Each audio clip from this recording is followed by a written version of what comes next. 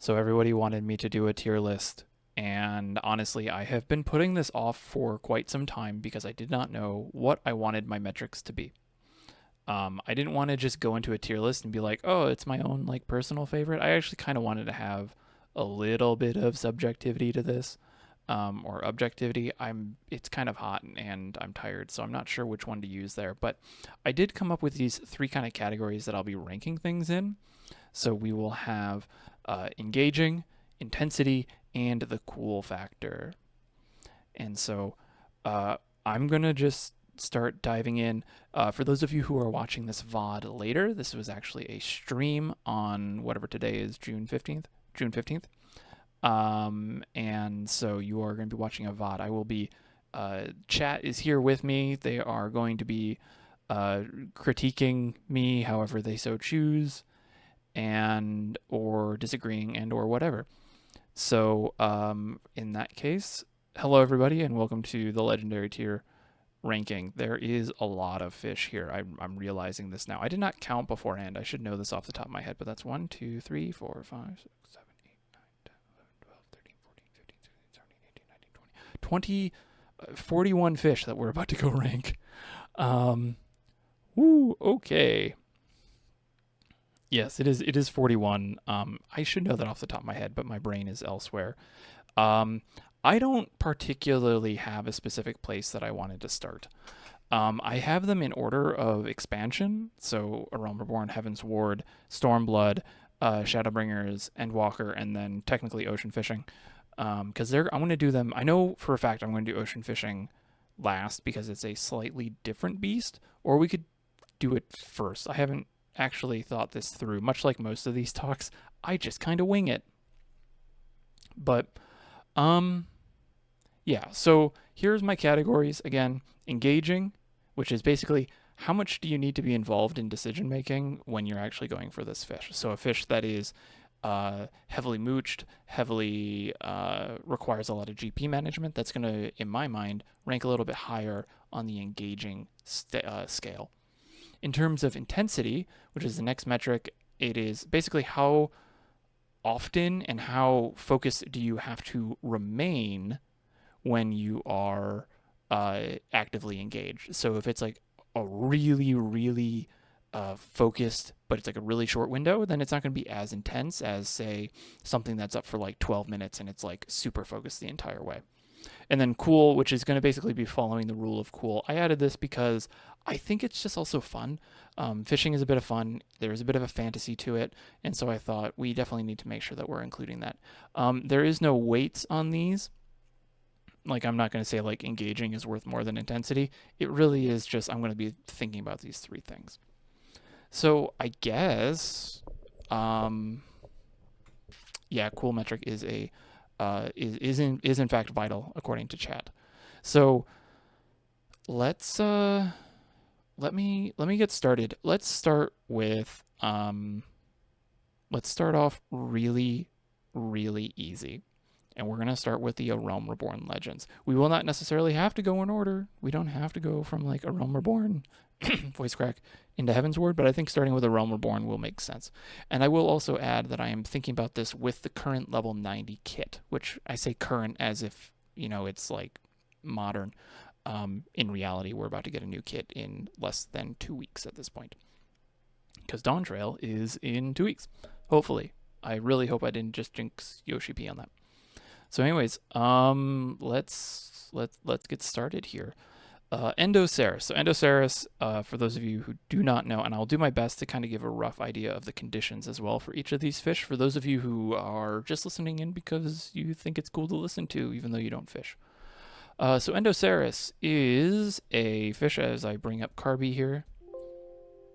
Why is Endoceras not showing up on this? Oh, because it's not 2.5. So Endoceras is a legendary fish from A Realm Reborn. It is part of the Beast of Brewer's Beacon and Feast of Famine questline. It is caught in the Isles of Umbra South Shore. It is available during fog, clouds, or wind, and that is after clear skies or fair skies, sometime between 8 p.m. and 4 a.m. So basically, it's up relatively often. I say that as it has like a roughly 10% uptime right now. It is a mooch fish, and I think baseline most mooch fish. Ooh, um, I don't think that they're gonna sit anywhere below. Like, I don't think there's gonna be a D tier mooch fish. I think mooch is gonna automatically bring a lot of things up on the engagement scale. And so automatically we're looking at like a C or a D or a C or a B for Endoceras. In terms of intensity, right now you can just use Spoonworm and you can guarantee a full moon sardine mooch. In reality, it's a pretty chill window. You can rock up without any sort of prep whatsoever because you can just use Patience 2 the whole time through. So I'm thinking, Endoceras, it's basically just a continual mooch. It's not super intense, so we're not going to have a bunch of like, you're not super focused on stuff, and you can maintain mooching cold, like with zero prep with Patience 2 now. And cool wise, I don't know if anyone's actually ever seen a fish from like the Ceres like species. These guys, you would think that they would swim sideways, but apparently they swim vertically. Like this horn thing is like always upwards. So like you'll see like schools of them. I saw a documentary on these, and I was like, oh wait, I know that fish. I saw a documentary of this on Netflix, and they had like a school of these things, and it was the most terrifying thing that I have ever seen. Of like just a school of it wasn't Endoceras, but it was basically Endoceras. Just coming at, and all these things were like vertically moving through, like going along the sea floor. It was terrifying. So I think with that in mind, we're totally going to just bump that up to a B tier. And so we're going to start off with that right there in the middle. Helicoprion is, we'll just drop it in. We'll start by dropping everyone in the middle to get started. Helicoprion is the Thanalan legendary fish. It is caught during heat waves after fog or clouds in the Scully Desert, which is in southern Thanalan, either between 8 to 8, so anytime during the day, which makes it actually a split window. I never realized that. Anyways, that's good to know. So I think with one of the things that Helicoprion has that's going for it is it is a little bit more engaging, and there's a little bit more intensity to it because you are basically focusing on getting what are they called? They're not Storm Riders. No, they are Storm Riders. Woo. Storm Riders. You end up getting that, and you have to you're basically focusing on the timing for this one, because if you go too long, then you're not going to get a Storm Rider. There's an actual window that you can go between. So I think intensity-wise, it's a little bit more and a little bit more engaging than Endoceras in that case. So it would, if we say Endoceras was here before the cool, this is where Helicoprion would be staying. In terms of cool-wise, this type of fish is based on a prehistoric fish. Actually, I think most of you'll find a lot of these fish are based on prehistoric fish. So these types of fish with like the circular like saw blade jaw, they're actually pretty cool, and they actually did exist. And I think there's a skeleton of one at a museum near me. But I don't know if it's cool enough. We're already at our first. We're only 2 fish in, and I'm already questioning my judgments. We're going to put Helicoprion at a B tier because it is a little bit more engaging than it's a little bit more engaging and a little bit more intense than Endoceras, which would bump it up a little bit, but it's not as cool in my opinion. So it kind of brings it down. So it's like Endoceras is a B tier because it's carried by the cool factor, but Helicoprion is B tier because it's carried by like actual engagement. All right, Namitaro. Namitaro is caught in the Shroud. That is the Shroud legendary fish. It is an intuition fish, which I'm not going to put intuition fish into a specific tier to start with. I think it's based on the intuition, and the intuition itself is just catching a giant Takitaro, which isn't that engaging. It's literally a slap chum, and then when you hear the 3 bites, it's like, woo, you're done. You try and catch it, and then you don't and cry. So I don't think Namataro, actually, I'm pretty confident. I'm going to say Namataro is C tier. Intuition is nice. It gets carried a little bit. Now that I say that, maybe it is a D tier. But anyways, we're sitting at around C or D right now because it really is just a slapper chum. It is kind of just a luck check in the end. It gets a little bit, it's not super engaging. You can do it without paying too much attention to your GP. It's not super intense. It's a pretty chill window. It's like 23 minutes plus, if I remember correctly. Yeah, it can be over 23 minutes. Like I'm looking at, there's one in the next, there is one in 4 hours, but I'm looking at like the next 10 and they're all 24, 23 minute long durations. So it's like super chill, pretty vibe. And in theory, it's really just tied to Giant Takitaro. So I'm going to put it, I might bump it down to a D tier. Even though you do need to manage your GP a little bit. And it's not like that cool of a fish outside of being like a giant catfish. Those exist. Look them up. They're cool as hell. And they're massive. But I'm like, yeah. All right, Shonisaurus. Another mooch fish, but a multi-mooch fish. This one's a lot like Endoceras, where you do have to be, you're definitely engaged because it's multiple mooches that you could do and different options. It's not like a guaranteed mooch like you get with Endoceras. It's really just like a multiple chains, because you do have to pay attention to the type of bite that you get on each one. You do have to pay attention a little bit to your skills because you don't want to get caught off by like casting out, getting the fish that you need to mooch, but then not have patience and not have makeshift bait. So, so Shonisaurus, I completely forgot to do that. Shonisaurus is caught in Witch Drop, which is in the Corytheus Central Highlands during blizzards at any time of the day, as long as it is after fair skies or clear skies.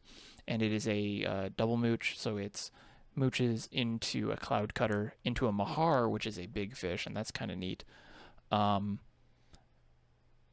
I think it kind of just sits at a C tier for me. Yes, and Gablu it will. I think it kind of just sits at C tier for me. I'm not like, it's not super engaging because it is, I should say, it is engaging, but it's not intense. It's a long window. It's not super duper cool. I mean, giant, like ignoring the fact that it's like a giant space fish or skyfish type of thing, because you are casting off into the clouds. But I'm like, meh on it. So I'm going to leave it at a C tier. Kuno the Killer, though, I think this one's going to be bumped up a little bit because it is also a multi-mooch fish, but it is a multi-mooch intuition trigger fish into another multi-mooch, which is a different mooch chain. So Kuno the Killer, if I bring that up, Kuno the Killer is in the North Shards in Mordona.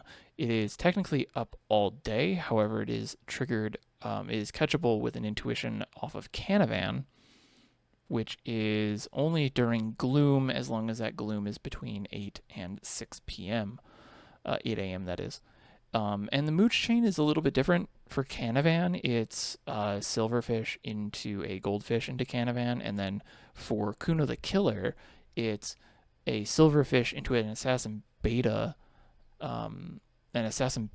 mooch loop into Kuno the Killer, which is actually really interesting, and we'll see that again with Garliacthus a little bit.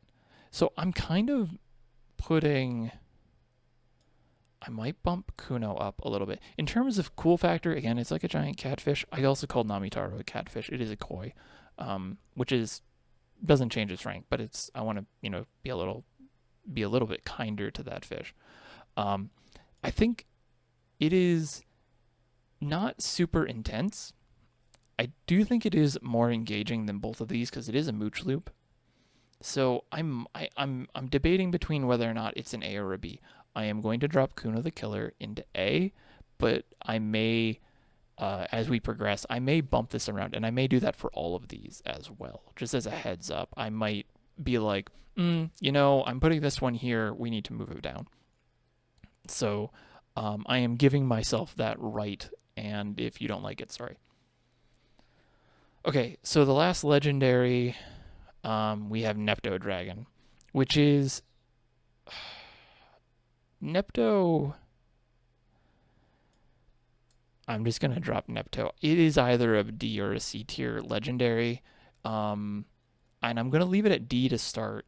In terms of engagement, you're really just focusing on a specific. You're focusing on a specific pull, which will be for little Thaloses, and they are only available during rain and showers in eastern Lenosha and Costa del Sol at the Rotana Sea Privateer Stern Castle, which is the back of the ship, not the front of the ship. But little Thaloses aren't, they're not super identifiable, but it is also a little bit more, it does require a little bit of thought. It is just a slap and chum at that point, but you do need to make sure that you have enough for a triple hook. Though actually, I think for Thaloses, I forget if you can actually pull off a double hook. I should have double checked that before I joined this stream. But I think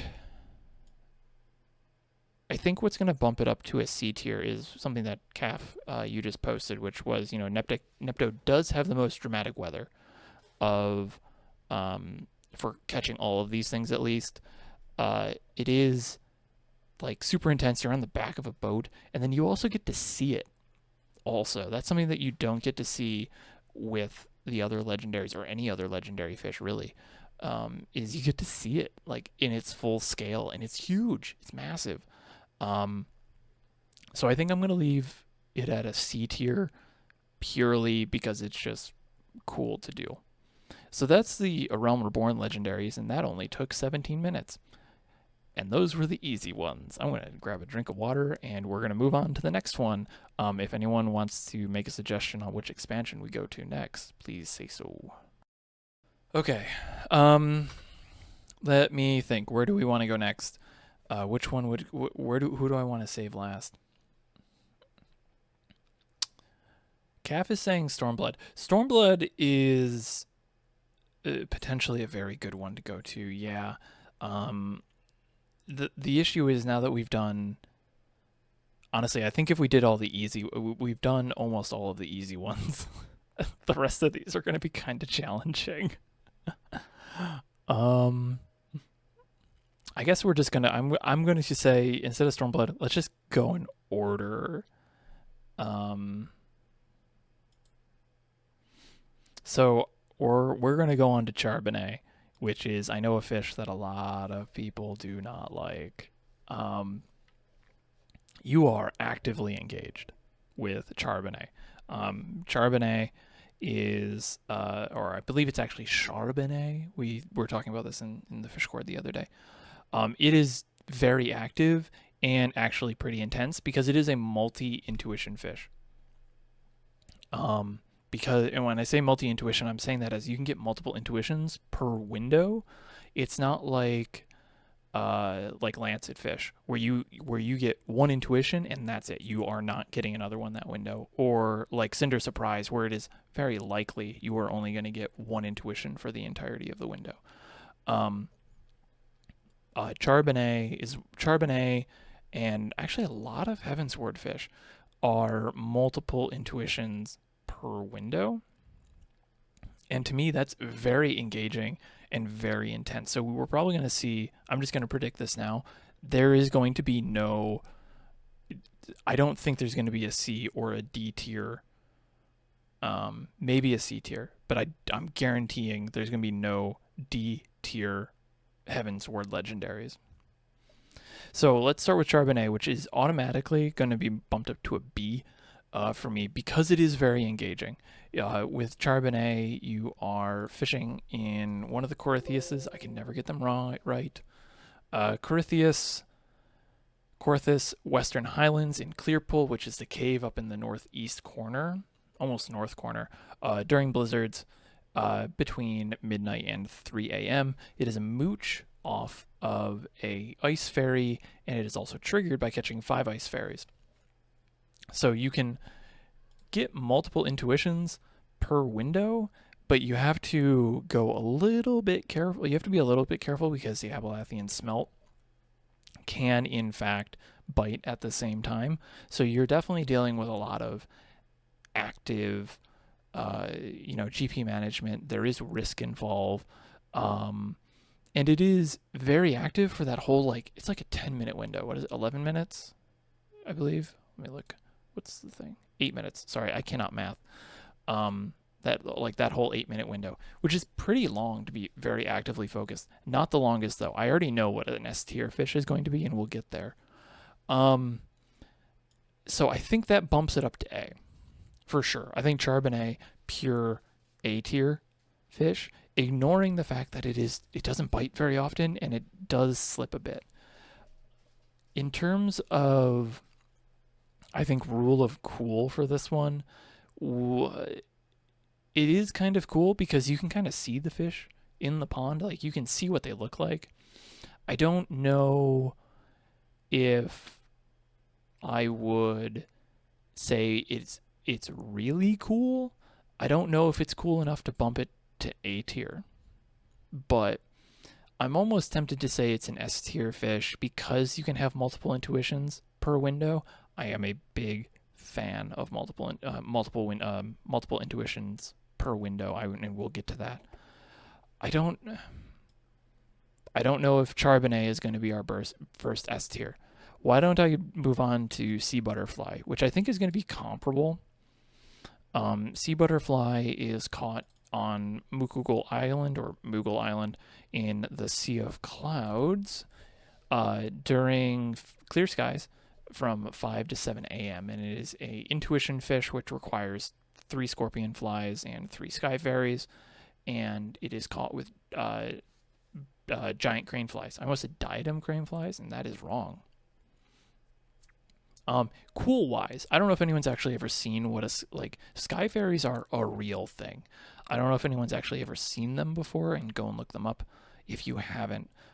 They're really small. I mean, even the one in game is like super tiny when you catch it. So I think cool wise, it definitely bumps it up a little bit. But I think there's 2 ways to approach Sea Butterfly, and excuse me. There's 2 ways to approach Sea Butterfly. One is the pretty casual way where you just go for the 2 intuitions, or you can go for the hyper optimized 3 intuition Sea Butterfly windows, which is that's a raid plan if anyone's seen it. I have only ever done the 3. I don't do 3 int Sea Butterfly windows. I only do 2 because I don't want to deal with thinking too hard. So I think if you're going for the 3 intuition window, Sea Butterfly is probably S tier. If you're focusing on that. But in my opinion, the common player is not going to be going for the 3. They'll be going for the 2.5s, which I think bumps it down to an A. Now, this is the thing, though, is I don't know if I would put Charibenet and Sea Butterfly both as S tier fish or A tier fish equally, because I do not know if they're actual equal in terms of engagement and just enjoyment overall. I might, because now that we've dropped Sea Butterfly onto A, I might actually put Charibenet as S.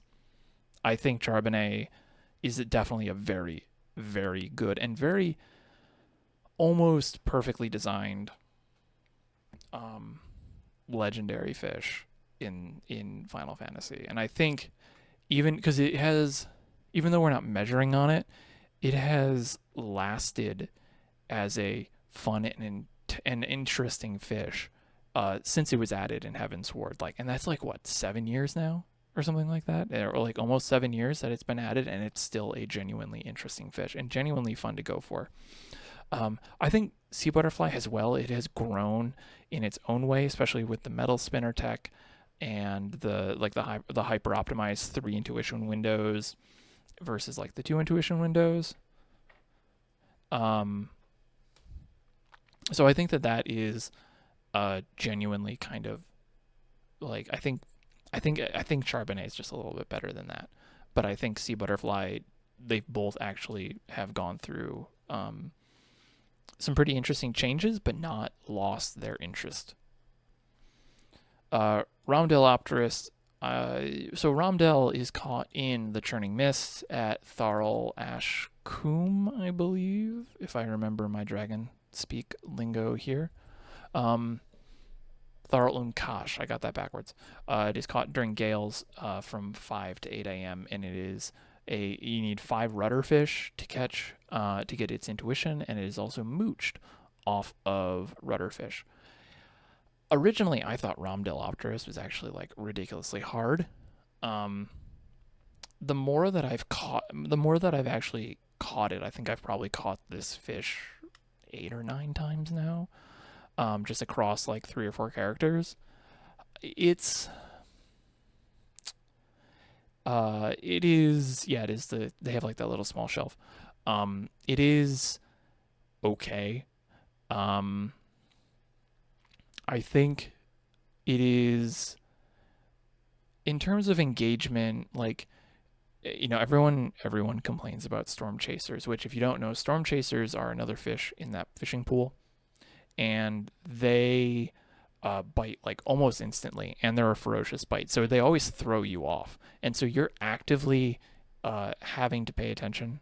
So you're definitely engaged. You're definitely it's definitely very intense because you have all these ferocious bites coming through, and you have to make sure that you're measuring the time correctly because you do have to make sure you hit the rudder fish. So I think off of just engagement and intensity, Romdelopterus is just eking into the A. The fact that it is like basically a pterodactyl is cool as heck. It's not the first dinosaur we catch because obviously we have Helicoprion. And I say dinosaur as in like prehistoric creature because we have Helicoprion, we have Shonisaurus, and we have Endocerus. Um, so I don't know if it wins that way in cool, but it's just kind of a cool fish because it's also an interesting fishing hole.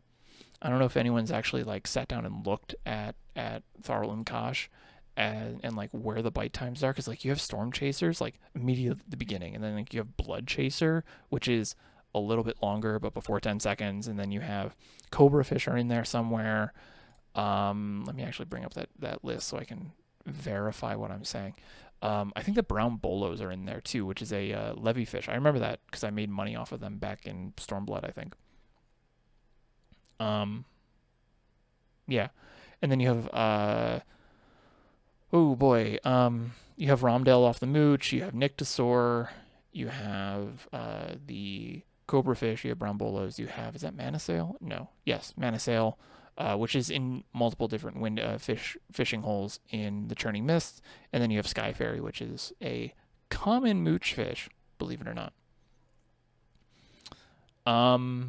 But yeah, if you look at the windows, the actual, and I can't bring that up right now, but if you look at the actual like the bite time distribution, it is very clearly like storm chasers and then everything else. And so you're very active there, you're very engaged in it. You do need to make sure that you're managing your GP a little bit when you're using giant crane flies with rudder fish. They are, you can isolate them. Cobra fish and like Cloud Rider is gonna be nowhere near it. Cobra fish you might get unlucky with, like with a super early one. So it's pretty. You have to maintain your GP, but it's pretty easy to like be like, okay, that's definitely a rudder fish. But you do have to make sure that you're not actually like going too far over, or then you get the cobra fish. This is me just trying to buy time to try and figure out if I need to bump it into an S tier, and I don't think so. I think Romdelopterus is a very A tier fish.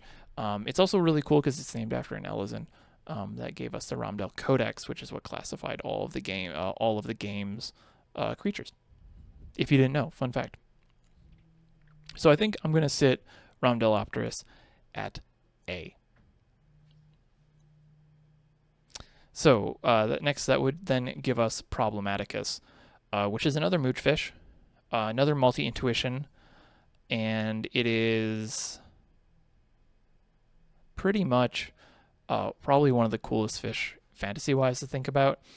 The actual intuition for it, I don't think in my opinion, I don't think it's super engaging. I don't think it's very intense at all. Like, it's actually you can guarantee yourself the mooch. You can guarantee the hard part about it is just maintaining your GP. So I don't think that's too crazy, but I think what makes it cool, and I'm gonna probably keep it at a B tier. But what I think makes it really cool is the fact that it is the largest fish in the game. It is, what is it? 1,062.8 ilms long, which is like a ton of stuff. So I think B tier is okay for that, because it really isn't that intense. Like, it looks intense, it sounds intense. It really isn't that intense of a fish. Is it engaging? Yes. Is it cool as hell? Yes. Is it intense? No. Armorfish, I think I'm probably going to also drop. We're going to start it at B tier.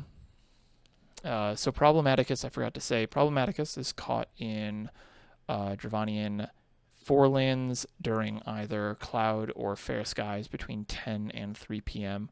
It requires 3 fossil tongue, which you can easily identify under Magma Worm. So like those are easy to get, and then Granite Crab, which is a guaranteed bite in Halo, in the fishing hole, and that is a guaranteed bite. So that's really not all that hard to deal with. You can get 2 or 3 intuitions per window pretty easily, even if you're not managing your GP very well. It is the largest fish, so a lot of people do go for size hunts for that. But I think for the most part, it'll sit at a B tier. Going back to Armorfish, I think it is also going to be a B tier. Armorfish is caught in the Dravanian hinterlands. Also, that's like the only zone that does not have an aetheryte. It is caught in the Upper Thaliac River in the Dravanian hinterlands during clear skies from 1 to 4 a.m. and it requires 6 hedgemole crickets to catch, or to get the intuition. And for the most part, I think Armorfish it's not super intense, because it's not almost guaranteed that you're going to get a hedgemole cricket, but it's pretty darn close. I don't think you can get any other bites off of a purse web spider. And if you do, it's like super rare, because it's either hedgemole cricket or the other thing, which in this point would, Sculpin. Scholar Sculpin? Yeah, Scholar Sculpin. And so you can easily identify it. And I suspect that Armorfish is going to get easier and a little bit less intense going into Dawn Trail, when we just get even more GP. So you can just easily slap Scholar Sculpin and pull it back. It is extremely slippery. Yes, Scarlet Flame 234 to just point out that it has slipped so many times, and it's a very slippery fish, like super duper slippery. So is Problematicus, so is Charibenet, Sea Butterfly a bit too. Like Sea Butterfly slips. I won't deny that. And Ramdellopterus, I don't actually know for sure. I think I've had like 1 or 2 slips out of all my catches. But Armorfish is extremely slippery. Is it cool? It glows. I think that's about as cool as I think it can get. And it's just a basic river fish.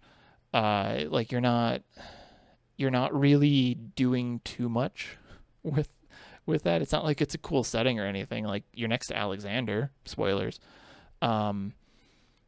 So there's that, but I don't think it's cool enough to bump it up to a tier. So I'm going to leave Armorfish at a B tier. And yeah, as Caf Colio was pointing out, they didn't have other ways to make things hard, so it was either slippery or a mooch in Heavensward. But I think the fact though that that so far of the 5 we've talked about, 3 of them are A and S tier. I think says a lot about how you can take very simple mechanics and make them engaging and make interesting fish. Which leads us to Opabinia, which is the final Heavensward fish. It is a mooch, and this one's tough because if you're going for Opabinia as a fresh level 60 or even as a fresh level 70, it is a little bit challenging because you have to use Fiendworm. And you have to get 3 functional Proto-Hropkin. Opabinia, there we go. Opabinia, it's up right now actually. You catch 3 functional Proto-Hropkin, and it is caught in Az's Law at the flagship, which is the giant ship there in the middle, in one of the 2 spots that you can do that. And it requires Fiendworm to get functional Proto-Hropkin.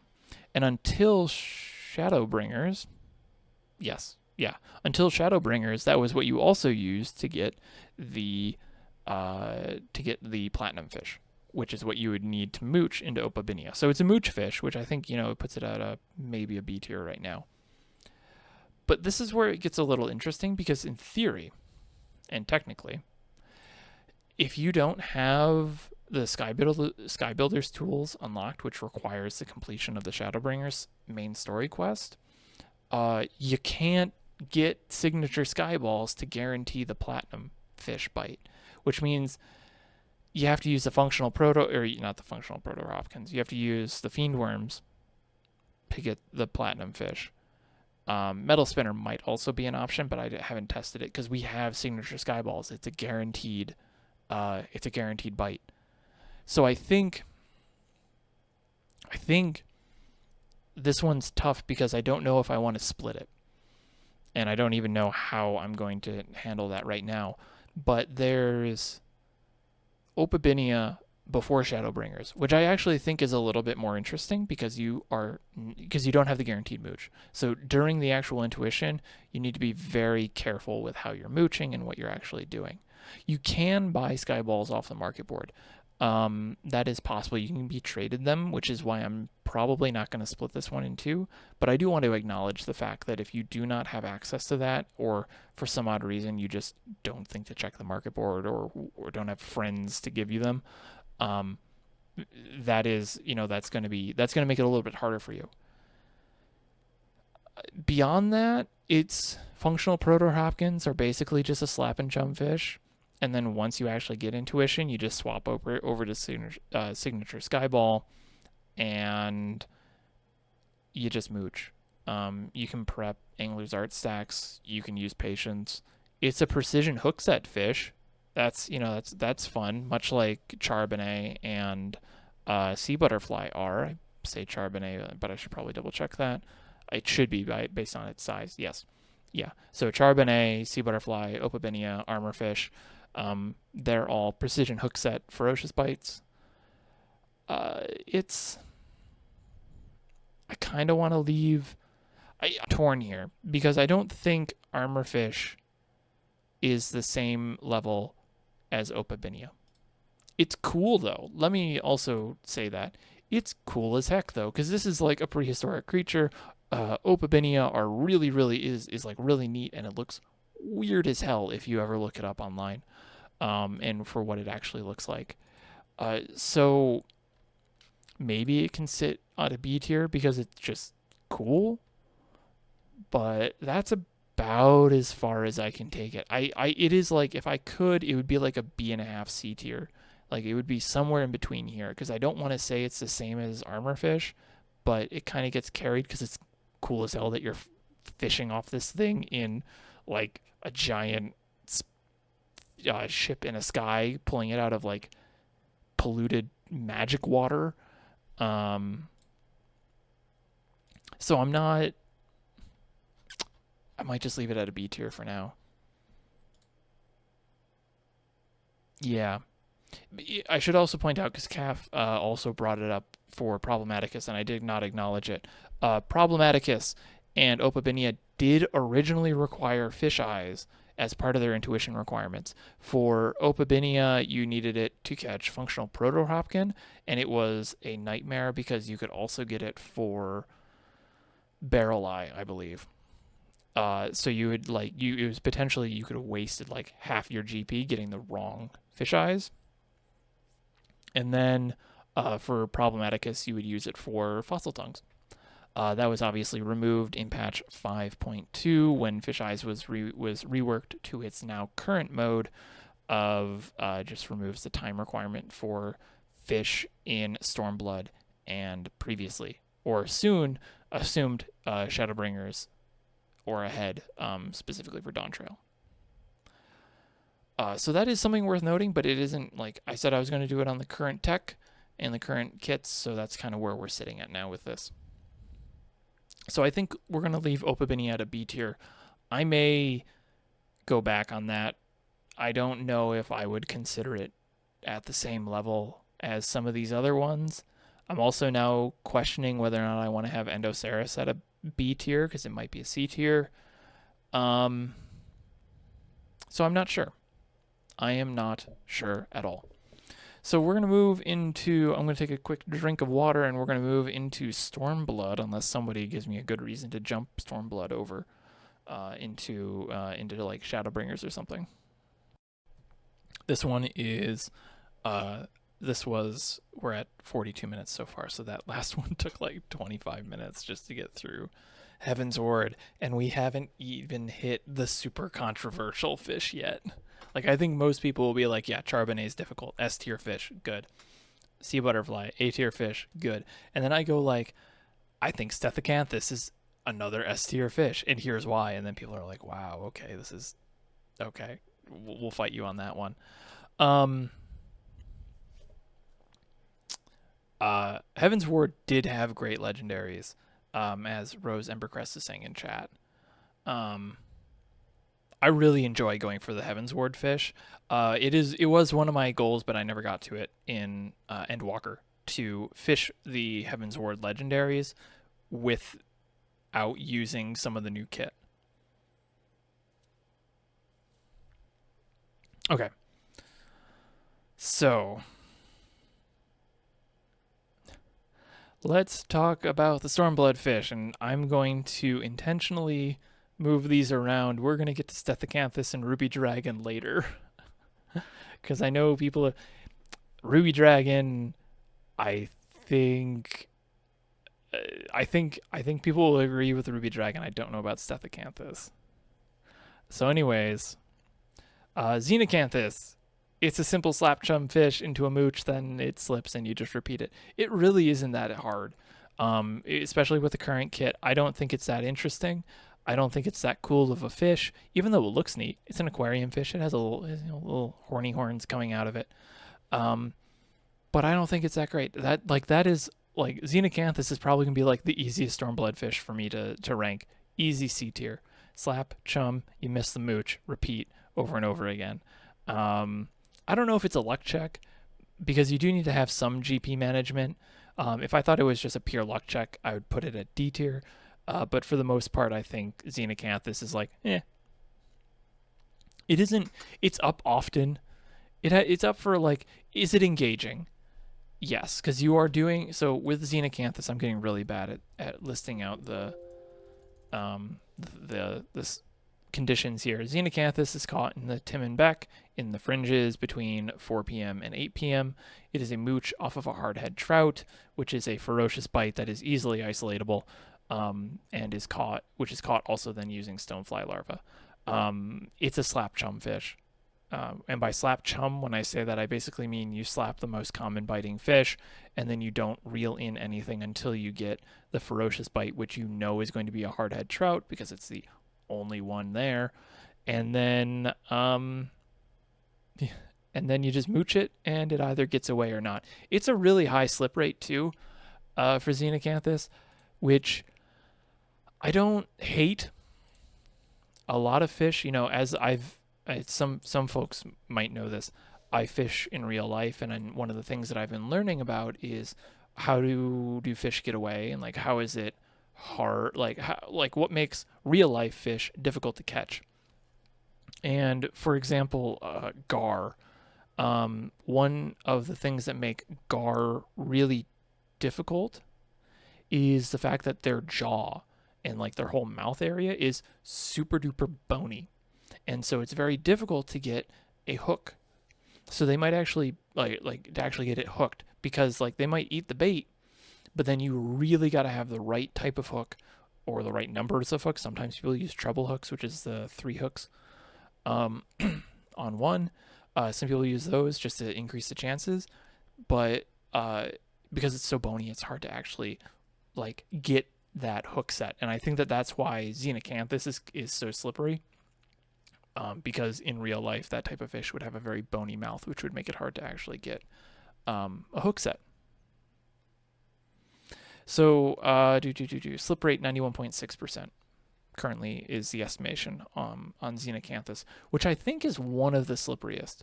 Yes, it is the second slipperiest fish behind the Matriarch, which is 92.7. The Matriarch, though, is a completely different class of fish, though it is always up, and it's relatively easy to just keep mooching. So it's not that rough of a fish if you ignore the fact that it gets away 92% of the time. Okay, Drepanapsis is caught in, it's not the fringes, it's the peaks, that's it. And it is Bond Splitters. Bond Splitter is its intuition. You require 2 of them. Bond Splitter is a big fish. Because it is a big fish, you cannot use identical cast, and you cannot use double hook. As of the time of recording, I'm going to future-proof myself just in case something changes in Dawntrail. And it is caught anytime during the day as long as there's a dust storm. So it has 23-minute plus windows. I've actually seen a 46-minute window for a Drep, and those are pretty rare, because you don't usually see dust storms back to back. Bond Splitter itself is slap and chum. It's easily isolatable when it bites.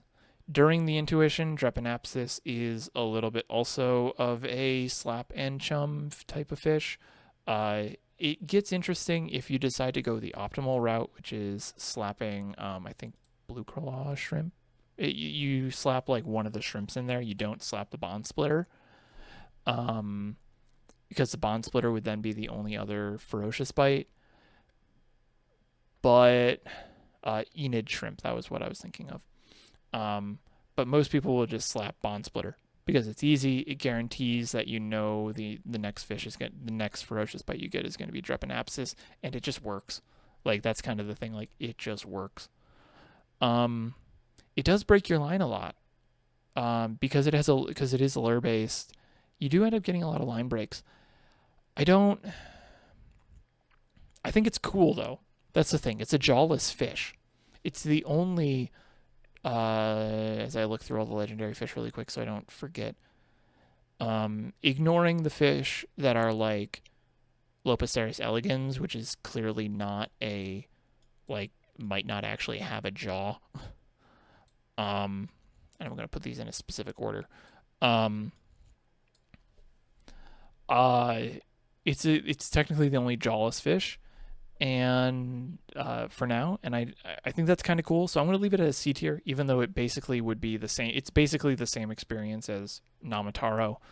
So maybe we'll leave it at a D. I'm not too sure. Yeah, I think that's.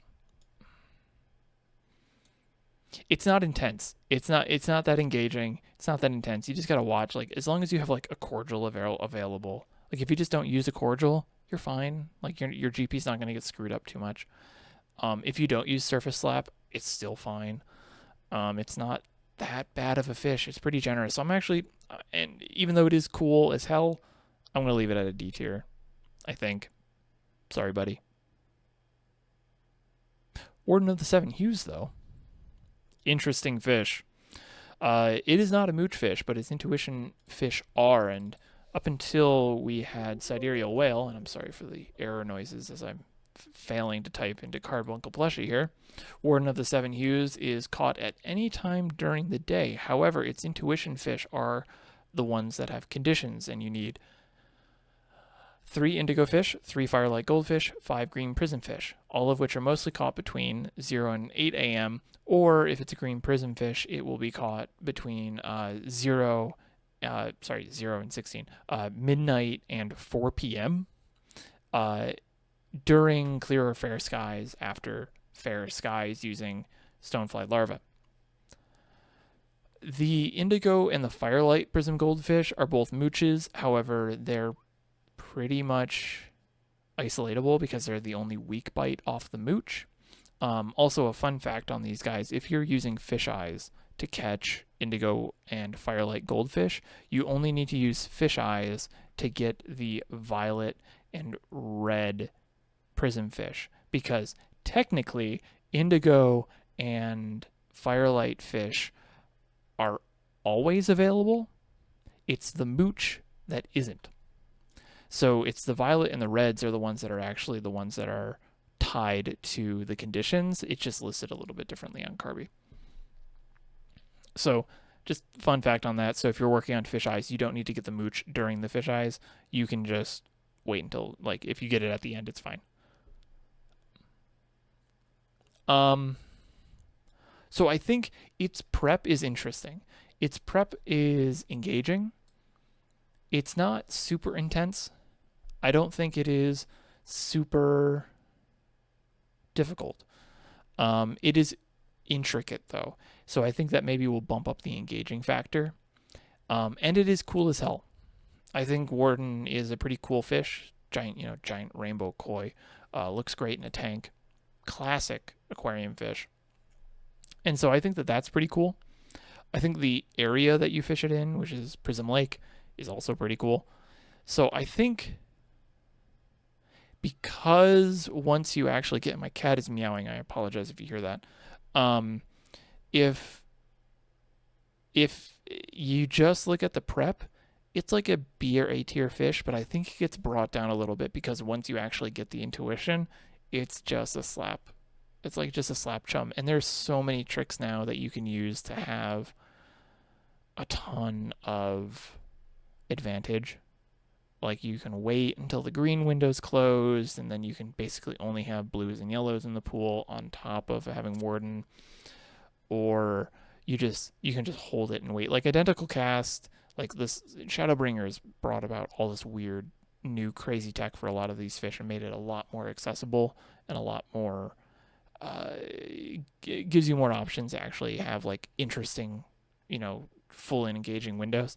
So if we're going to leave Warden at a B tier, I may actually say we need to bump down Opabinia, because I do not see Warden and Opabinia at the same level. I definitely think I think Warden is definitely a step above Opabinia. Not by much. And I already said Opabinia was pretty much like a BC tier. So I don't feel too bad about that. So I think that this is where we're at with those so far. And I'm sorry to demote Opabinia. Thank you for spending some time in the B tier and keeping Armorfish company.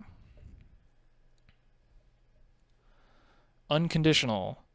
Unconditional is a slap chum fish. It's interesting. Is it engaging? Actually, let me say, is it intense? No. Is it engaging? It is engaging in the sense that it is a guaranteed bite. It is a guaranteed bite. It happens often, and it slips a lot. I don't think that makes it really all super fun, but you're definitely focused on it because it's a very short amount of time. It's only one in-game hour, which is about 3 minutes. And I apologize again if you can hear my cat. She is coming over to say hello. I think she wants food. So I think with Unconditional, we can kind of just leave it at a D tier. It is interesting. Like the Rule of Cool comes in though, and I don't think it's enough to pull it out of the D tier, but I think it is interesting. The symbolism of its tail does tie into the lore of Aura, specifically I believe the Zayla. It's interesting because it's just an interesting window, and despite the fact that it's called the unconditional, it is actually extremely conditional. Like its uptime, actually its window is, it is caught in the Dotharal Ka in the Ozim Steppe during clear skies after rain from 5:30 to 6:30 in the morning. It has an uptime of 0.1%. The unconditional is extremely conditional, which I think is very funny, but not enough to pull it out of a D tier. So I think that that's kind of like, it's really just like, we're at the point where like if a fish is like, how many of these can we catch in a single window, and people are doing more than one reliably, I think it's not that interesting anymore. But I think there is some interest in the fact that it's just a very peculiar fish. Okay. It is very pretty in a tank. Okay. Ruby Dragon. Because it is a mooch and a mooch chain fish, or a mooch loop fish, we're going to say that it's going to start at B or A tier. I think this is actually going to go pretty quick. The Ruby Dragon is, like, Cure itself is, Cure is, it's a slap chum fish, but you have to make sure that your GP is okay, because you want to be able to go back into the slap chum as quickly as possible if you fall out of the mooch loop, which is more than likely going to happen. I think before Endwalker,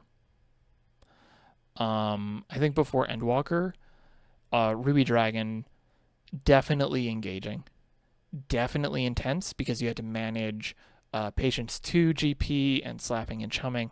So I think if we were saying, if this was like at the end of Shadowbringers, I think Ruby Dragon might have actually been either an S or A tier fish. More likely an A tier fish than an S tier fish. I think Ruby Dragon now at most is an A tier fish, because you do need to think about it a little bit. There is a lot of prep involved. I think it isn't very intense. It is a bit engaging, but only when you have the mooch, and that doesn't last very long. So I think the cool factor of it, which is catching like this like giant dragon of a fish, which I think is cool as hell. I don't know if that's enough to carry it up into A. I may have to leave it at B tier, but I may bump it up to A. I'm not sure, because there's a lot of, it's the window can vary so much. Like you can have like a super great like you can have a super great window, or you can have a really terrible window. Like there is no middle ground for Ruby Dragon. I think it's either really good, really bad, and rarely do you see like a meh window. Rare Bird Alert does point out actually a very good idea of the lore behind Ruby Dragon, which is the idea of it being an auspice that lost itself is in fact pretty neat. And I think Glass Dragon, which is the fabled fish over here, I think it's also very cool that the Glass Dragon is related to the Ruby Dragon. So maybe I will bump that up to an A just solely for that lore factor, because I do think it is really cool. That I'll agree with. I think I'll keep it at an A for now with that note. But we'll see how that plays out. And it does get, yes. So Lilac Tayanu. I'm sorry, I got that name wrong. They do say his cool factor does get a bump up just due to his infamousness. I have been talking for too long. But yeah, so I think we can keep it at an A for now. I might bump it down to a B tier. I'm not sure. This is another one. It's like if Opabinium was like a B or a C tier, Ruby might now be an A or a B tier. If this was End of Shadowbringers, though, totally solid AS tier fish.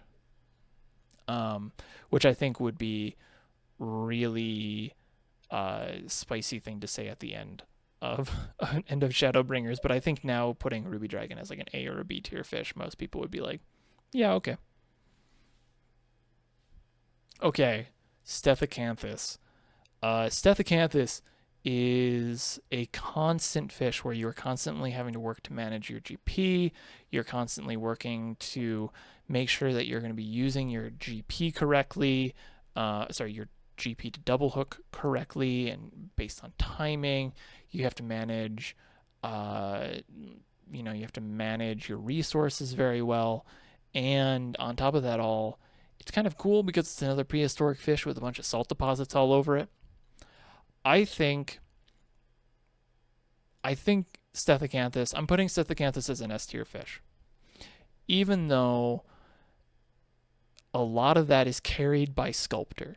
If I could split this up and put Sculptor and Stethocanthus as two separate fish, Stethocanthus itself would probably be like a B or a C tier fish. Sculptor, though, would be like A or S tier fish. But I think the fact that you need to double hook and you have to basically blind double hook,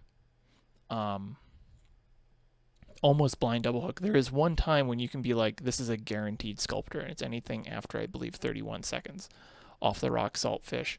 And I did not point out the conditions for Ruby Dragon, which is clouds after thunderstorms from 4 to 8 in the morning, where it is mooched off of a cure, which is the same weather conditions in the Ruby Price and the Ruby Sea, and but that is from midnight to 8 a.m. And with Stethocanthus, we have it's up in an hour. You need 2 Sculptors to get Intuition. Those are both mooched off of a rock saltfish, which is easily isolatable or easily identifiable. And then you get if you get Intuition, you get a 5 minute 50-second Intuition, where Stethocanthus is then another mooch off of the rock saltfish. And I think and the Sculptors are during thunderstorms. There's a lot of tech around Stethocanthus, and there always seems to has been a lot of different tech around that fish since it was added in Stormblood. We didn't see a huge change in tech for it during Shadowbringers, but with Endwalker, we did see that when we had makeshift bait coming in to make it so you can basically double hook way more often. Which is great because then you have more chances to get Sculptors, which means it's more likely to get Stethocanthus. But even then, it's still pretty intense because you only have even if you've prepped 10 Angler's Art stacks for Stethocanthus, then you really only have, what is that, like 4 or 5 minutes of free mooching, and the windows that you want to be going for Stethocanthus for, or Sculptors for, are like 11 minutes. So you only get a 50% uptime on that.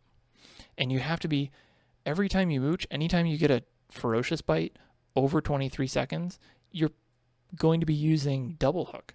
So you're going to be burning 400 GP, which means now it's like, okay, well, do I use prize catch to catch the rock saltfish to be able to rebuild Angler's Art stacks, or am I going to be using that GP on something else? Or am I going to be using the Angler's Art stacks on makeshift bait so that I can not have to spend the GP, but I don't get to rebuild it? There's a lot of decisions that you can make in the long windows for Sculptor to get Stethocanthus. And if you do the long windows, you can then decide, am I going to go straight into Stethocanthus, or am I going to wait the extra day?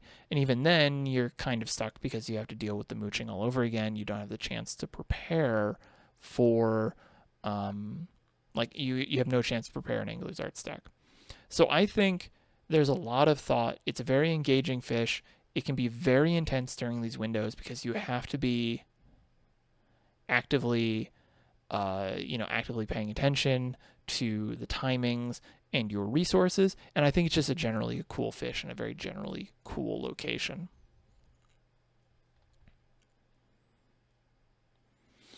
Yeah, so it's, P1 Pikmin, I'm going to get that name wrong probably, is saying that they think that Stethecanthus would be better if sculptures didn't last into the window in a way that could incentivize jailing. Yeah, I think sculptors potentially ending at the start of the Stethecanthus window is kind of rough. I think maybe if they were simultaneous, it could be interesting, and just have Stethecanthus be available all day. That I think that might be a little more friendlier while maintaining that interest. So here's where we're at so far at the end of Stormblood.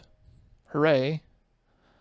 And yes, as Calf is pointing out, the sculptor window is often simultaneous, which is weird. I think that's just a recent thing because I haven't seen that a whole lot. A lot of the time, it's usually been like the 11, 12-minute windows ahead of this of Steph.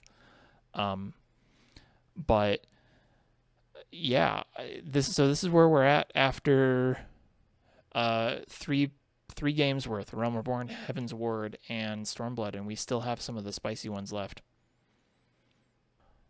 Okie dokie. Let's get into Shadowbringers, which I think is a time when a lot of people really started doing a lot of fishing. We saw a lot more people fishing, starting to fish during Shadowbringers because that's when we had ocean fishing added. That was the Ishgard restoration. Obviously, the pandemic took over, and a lot of people just had a lot of time to spare so they could start fishing, myself included. So I think the legendary fish in Shadowbringers are kind of notorious for a lot of different ways and a lot of different reasons. So I think let's start with Listracanthus. That was very silly of me to have two Canthuses back to back. Listracanthus, it is a mooch off of a Jaws of the Undeath in the source, it's off the Isle of Kend, which is the island of Bismarck in the middle of the source, but I'm talking about the lake, not, the plane of existence. And it is available during fog after clear or fair skies between 4 p.m. and midnight. And it is, again, mooched off of a Jaws of the Undeath.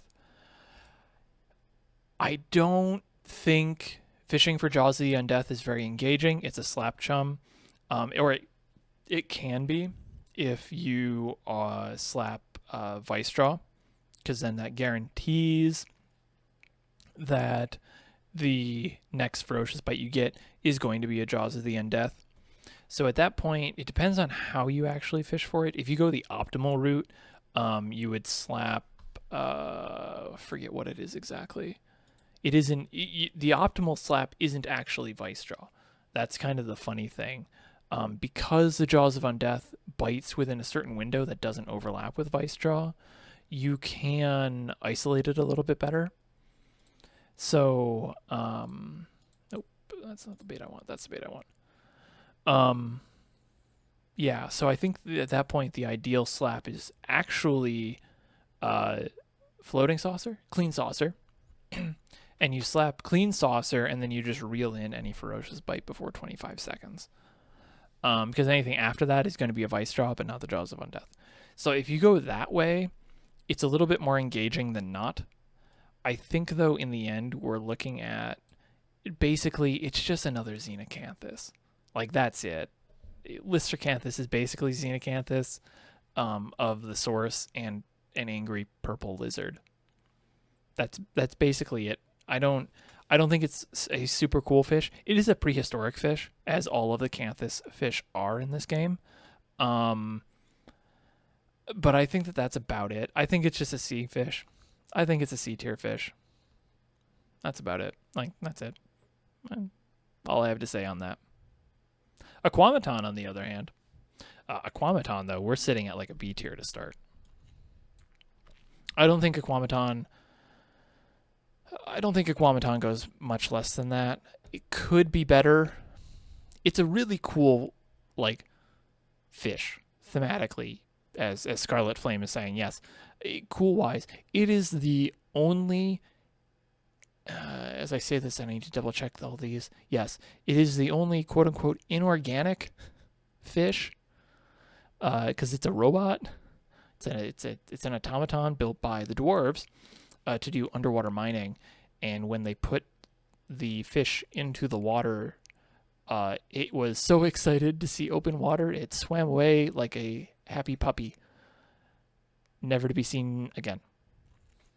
But it is caught in Kalusia, and it is a intuition fish caught off of a shade shifter, one of those, which is the big octopus. That's the big fish of the Sea Gazer shoals, and 5 shapeshifters, which are the common tier of shadeshifter. I think this is a fish that you really do need to be paying attention to. If you don't prep shapeshifters ahead of time, which is kind of weird, and I do know some people who don't, but if you don't happen to, like, it's a little bit rougher. But you do need to pay attention with this one, because shadeshifter can bite whenever. It is a later bite, but it overlaps with a few other fish. You have to decide: am I gonna slap minstrel fish so I don't waste time waiting for a fish that I don't want that's a long bite, or do I get a more reliable chance at it by slapping one of the more common tier fish, or one of the more common tier fish, which I think is like flounder or something like that. On top of that, it requires 3 different baits. You need, ideally, you use Miyobi shrimp for shapeshifters, though they do bite on squid strip. Shadeshifter will only bite on squid strip. And if I got that wrong, shapeshifters bite on the Miyobi shrimp. Shadeshifters bite on squid strip. And once you actually get the intuition, you need shortbill minnow to catch Aquamaton. And Aquamaton's a bit interesting because it is kind of like Stethaganthus in a way where you don't have a weather condition on the actual legendary fish itself.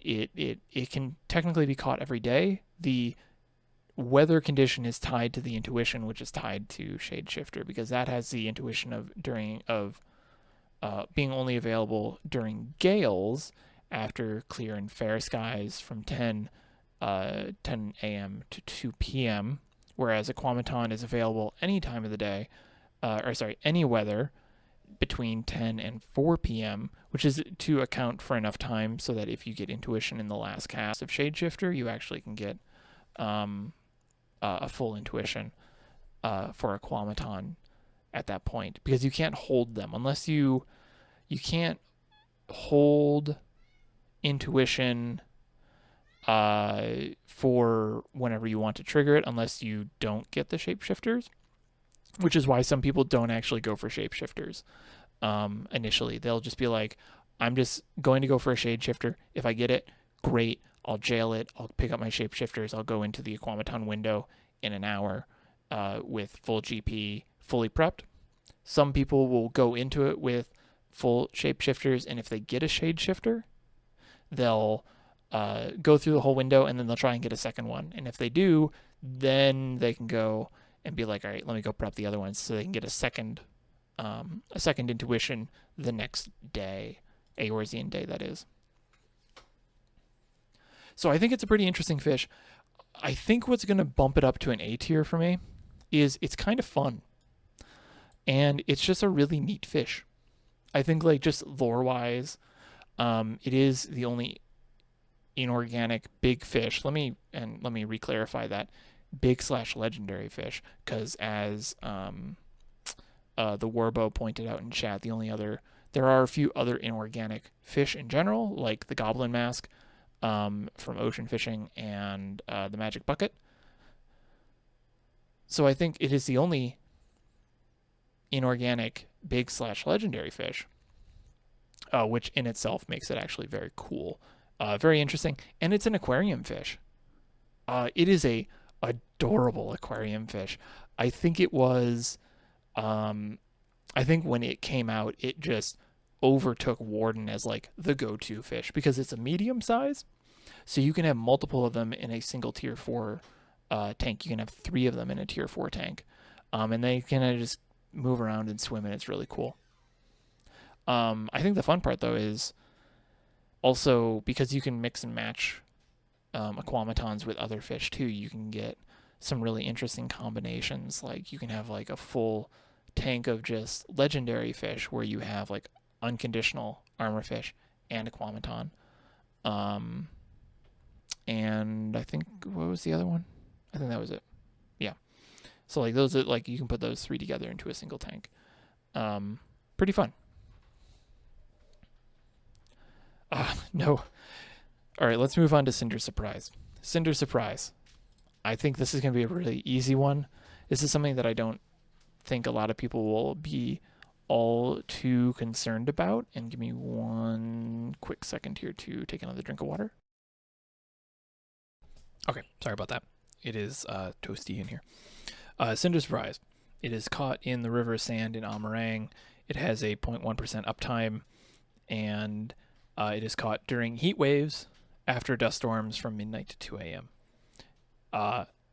It requires 10 sand eggs to get an intuition, and those are just basically they're kind of interesting. But I think even though it is kind of a cool idea that we have an egg for a fish and it's just there and it's like a dragon egg, but it might not be. And I get like the lore of it. The reason it's called Cinder Surprise is because the fishers are surprised that they end up catching it. They don't expect to actually, they don't expect to be getting it. They're just getting the sand eggs, and then suddenly the sand eggs are looking back at you. And I think that that lore kind of does play a little bit into the fact that it is a little surprising. But it is a slippery fish. It is, I mean, it's made of eggs, so it's like, where does the hook onto? I kind of get why they made it slippery for that reason. It's also, though, just really rare, which I think is a little unfair, and it doesn't have a ton of uptime. So in terms of engagement, pretty low, because it's just slap and chum. You do have to deal with the timings a little bit because it isn't a full length. Like, it's not the longest fish in the window. But for the most part, you're just like slap, chum, something else bites, you wait for it to go away, chum, slap, and you just keep going. Intensity wise, in terms of gameplay, it's not very intense, I don't think. Not more than anything else. In terms of mental and psychological intensity, probably S tier in that rank. But for the most part, I don't think Cinder Surprise is. I think Cinder Surprise is a legendary that needed to exist. Like it balanced out the rest of Shadowbringers, but I don't think it's all that engaging of a fish. I don't think it's all that wonderful. Lancet fish, on the other hand, C tier, I think. And here's why. So Lancet fish is caught in the Tempest. It is caught during cloudy skies after fair skies from midnight to 2 a.m. It requires 2 Moratecta to catch. Moratecta, though, are caught between 10 and midnight during fair skies, and you need 2 of them. Moratecta are pretty slippery. They're not a common, they're not also super common. Like they're middling common. I've heard people be like, yeah, I got, some people get 2 Moratecta in a single window. That happens. You sometimes get it like 1 every 3 windows. That's fine. A lot of the time, and this just happened to me on my ult. I was trying to go for Lancet Fish on my Oceania ult, and I got Moratecta first window. Cool. Lancet Fish window comes up. Do not get Moratecta. And I don't get it for another 8 windows. And I finally am like, I have other fish that I need to catch. I'll come back to this one. And that happens a lot. I hear that often spoken by fishers being like, yeah, I've been sitting in the Tempest for like 3 weeks trying to get a Moratecta to bite. Um, it is a jail fish for sure. It is the jail fish. And I think when we talk about sidereal whale, I actually think sidereal whale is the jail for it is better because you can guarantee that you're going to get an intuition. You cannot do that with lancet fish. Beyond that, it's just slap and chum. I think it's interesting because it's an intuition fish. I think it's interesting because of how the window is set up. I think it's interesting because it's a cool looking aquarium fish. It is suffering from the low polyness of being a large fish with a small budget for polygons. I think it's just a C tier fish. Maybe D tier, but I don't think it is uncool enough to be bumped down to D tier.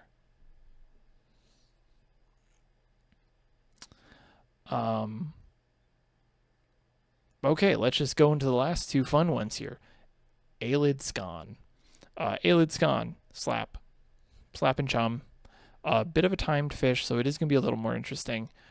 It's interesting in the fact that it is a big fish that only has 30 minutes.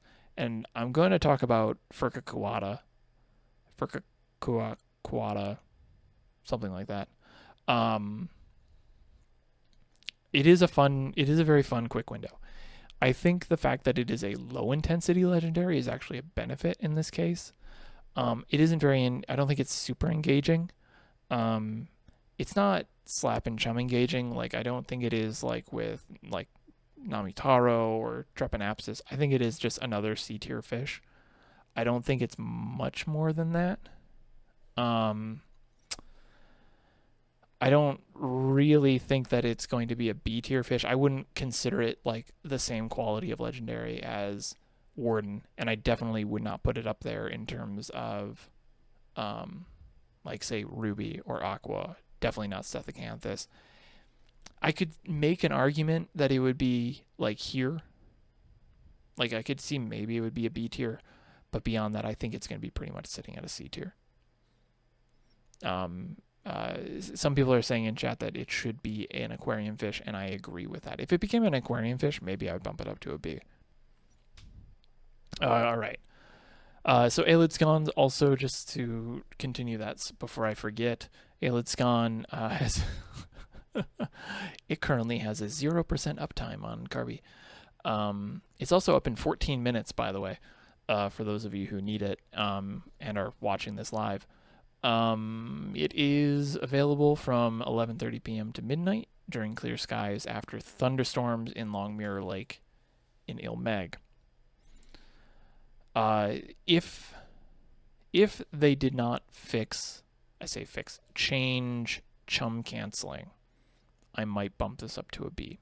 For those of you who don't know, during Shadowbringers, the chum animation was really, really slow. And we found that if you use chum and then a skill like snagging or collect immediately after, so like you weaved it, you could cancel the animation, which for Aelid's Gone basically guaranteed that you could get like one, maybe two, but definitely one extra little cast in there, which for that type of fish it was absolutely needed. But in Endwalker, they sped up the chum animation, so you no longer need to. So now it's standardized, and basically you don't need to do that. You don't need to cancel it anymore. So that's why I think that's been bumped down to a C tier fish. Okay, to round out Shadowbringers, we have the Greater Serpent of Ranka, which is a multi-chain or a multiple mooch fish, it is a clown tetra into an Ariops into a priest of Yaxlaqua, which then mooches into the Greater Serpent of Ranka. It is, I think it's up there. I'm going to start it at B. It's available every day, and and it is a very active window.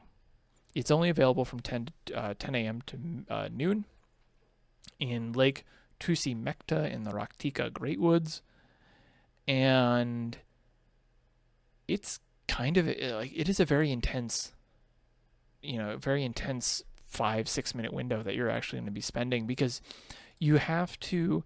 It definitely helps to prep. It definitely helps to know your timings so that you can go for clown tetras, and you have to make sure that you're managing your GP because you can use chum. You have to make sure that you don't start a mooch chain before makeshift bait runs out or before patience runs out if you're going that way. I'm putting, in terms of engagement, it's very engaging. In terms of intensity, it's very intense. And I think in terms of cool, I think we bump it up to an A tier. I think Greater Serpent of Ranka, even though it is very technically straightforward, it is still engaging. It is still intense. It does not require a ton of massive thought. But it is cool as hell, which I think will bump it from a B to an A tier in this particular case. And that's the Shadowbringers. I think it is worth noting that Shadowbringers does not have any S tier fish.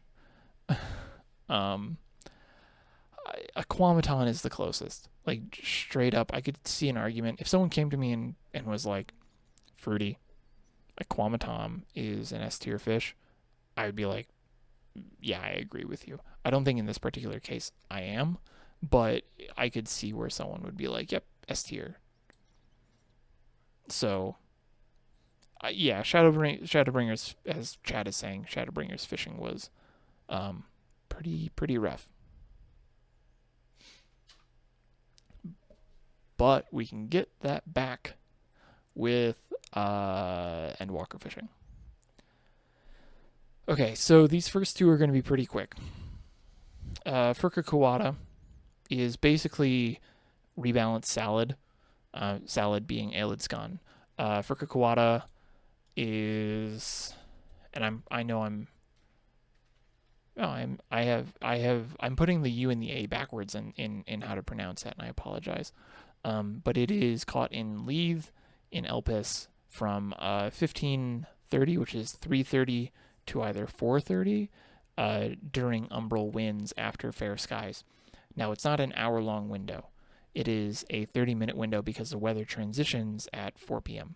So it's either going to be 3:30 to 4 or 4 to 4:30, depending on when that actually shows up. Which means that it has a much higher uptime, which, I mean, it's still 0.3%. At least around now, that will vary. But it doesn't bite very often. From what we know so far, it has only been 5-6 months now, 4, 5, 6 months that the Endwalker Legendary fish have been out, and a lot of the time we don't really fully get a good picture of the personality of a fish until like a year or more. Until we can compare it to the next set, the next kit. So until we can really start measuring that with Dawn Trail, it's a little bit difficult to know for sure if it really is going to be that good or bad. I think, though, Fork, which is the short name for Kawada, I think Fork isn't necessarily better than Aelidskan. I think Aelidskan is definitely more common than Fork Kawada. I don't see, this is weird because technically a lot of people will measure them as the same fish. Fork Kawada is definitely up more often, but it is balanced out to not bite as much and slip. From what we can tell, again, so far, this might change, but from what we can tell, it slips not relatively often, but it can. It's not a guaranteed catch. Like, you're not most likely to actually catch it versus not. I don't know. I should add, cool-wise, it's another prehistoric fish, is my understanding, as I have to now. Yes, it is another prehistoric fish, and it is the idea behind it was that they were trying to grow cutlery, and then people were just like, I don't want to eat with fish bones, and so they put it into Leith, which is where all of the bad ideas from Elvis go. So I think I'm gonna leave it at C tier, even though I think it is. I almost think that it's actually a worse Aelid Scan, despite the fact that they tried to make it more common. I think the rarity of Aelid Scan, um, in the window, not its actual uptime, uh, with its current, with I think Aelid Scan's rarity with Fork's window would have been fine. And I think that would have probably kept it at like a C or B tier. The only reason I'm keeping Fork at a C tier right now is because it's just really funny lore. I think it's just really, really funny. Lopoceros elegans. This is just another slap and chum fish. Engaging a little bit, intense, not really. It's cool because it's like a swirly pasta thing, but I don't think it's all that great. Is I'm putting it at a D tier. Does that make it a bad legendary fish? No.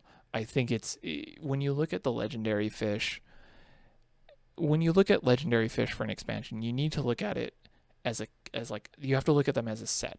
So ranking them this way is kind of bad, but if you look at the individuals, and maybe I'll sort them really quick at the end here, to show like I'll put them in like a Realm Reborn, Heavensward, and Stormblood order for each one of these. You'll see that there's going to be there should be a variety of each one, and I think that that's good. I think that having that split, that spread of really easy, I don't want to say easy, but like casual legendaries versus like the super intense legendaries. I think having that spread is required. I think that's necessary, and I think that's like one of the drawbacks with Heavensward. Okay, so now that we've gotten the two easy Endwalker fish out of the way, let me take one more sip of water before we start talking about Snowy Paraxis. Snowy Paraxis is going to be at least starting at an A.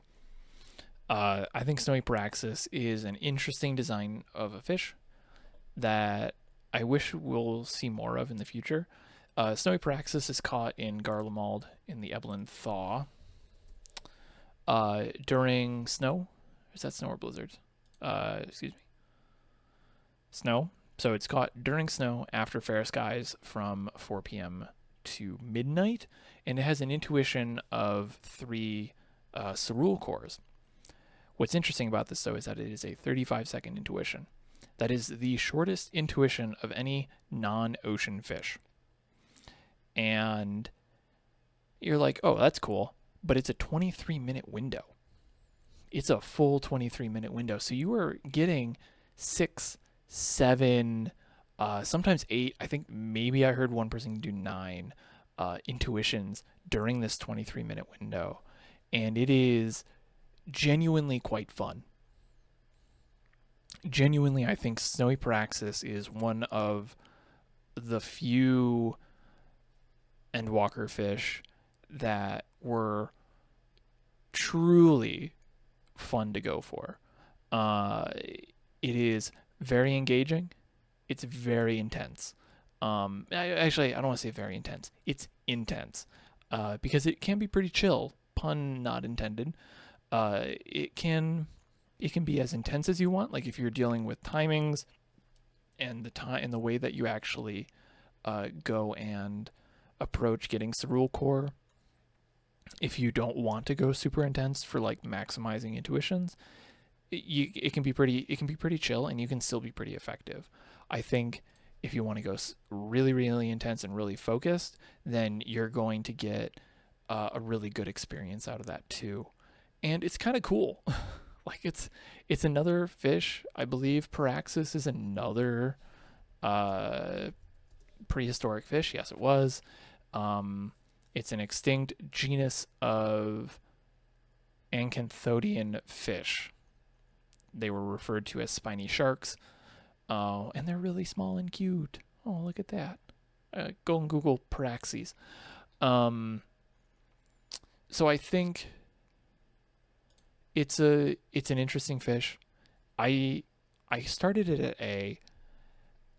I think I'm gonna bump Snowy Praxis to an S tier because it is original.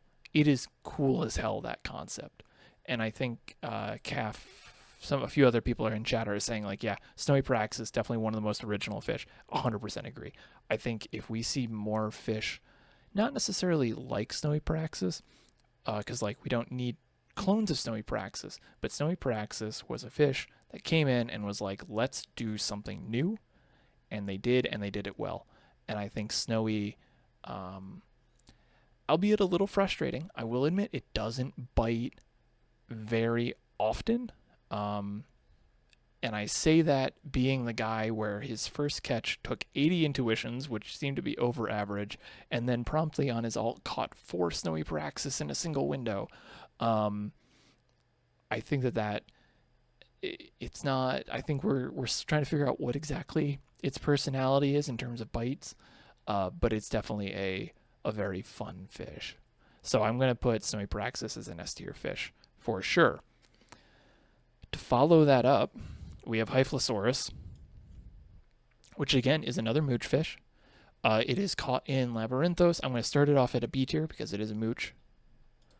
And Hyphlosaurus is and again, I apologize for the, come on, I can type, I'll just type Labyrinthos because I cannot remember. Labyrinthos.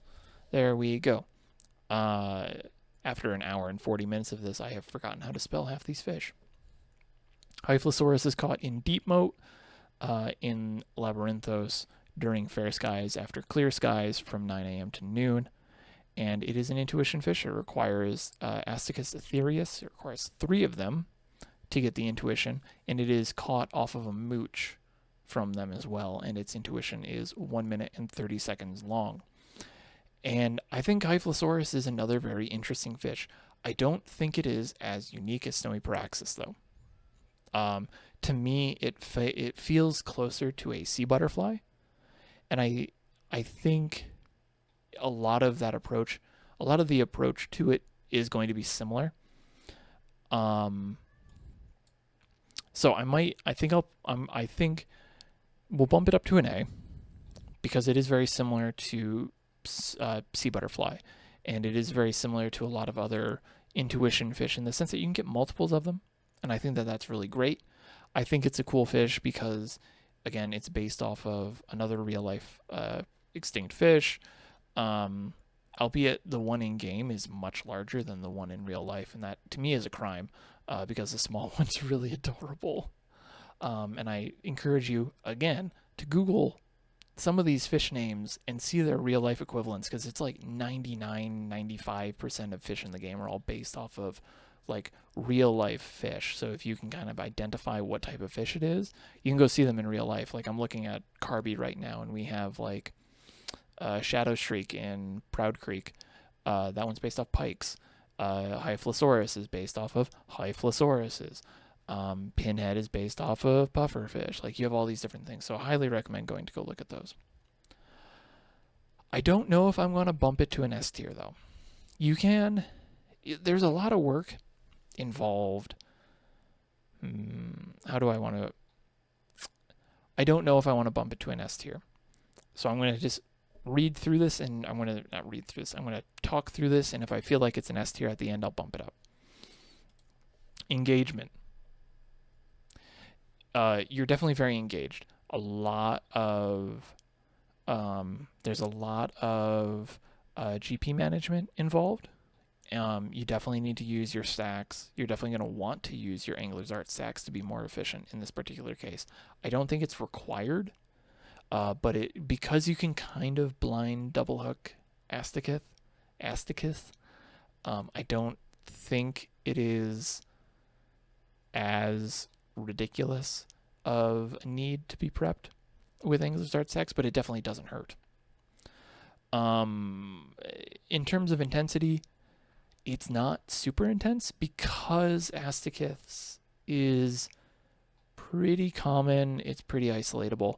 Once you get into the mooch, I think like the intensity is with the mooch and making sure that you have enough to actually be able to making sure you're lined up basically to be able to do multiple mooch loops. If you go into it with just patience, then the mooching isn't too hard. Asticus is a mooch loop, which is neat. I always dig those. But it's not like a common mooch loop. Like, you're more likely not going to loop. The loop is the bonus, basically. In terms of intensity, it's pretty intense, but like I was saying, Asticus is pretty common, so it's not like you're fighting for them. They usually come anyways, and it's an okay fish. I think it's not cool. I don't think it's Snowy Praxis unique.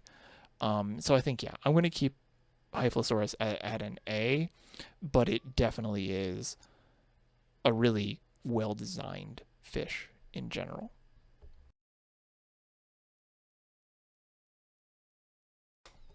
My cat is coming over to say hello and begging for food. As chat's saying, usually get 2 to 3 ints per for Hyphlosaurus, depending on if you get Angler's Art stacks. It's definitely fun to double hook when you get a chance, and you kind of just keep the loop rolling. I do like the fact that you can loop Asticus, and I think that it can be very it can vary. I don't know if I would bump it down to a B. I could see where the argument could be that it would be a B, though.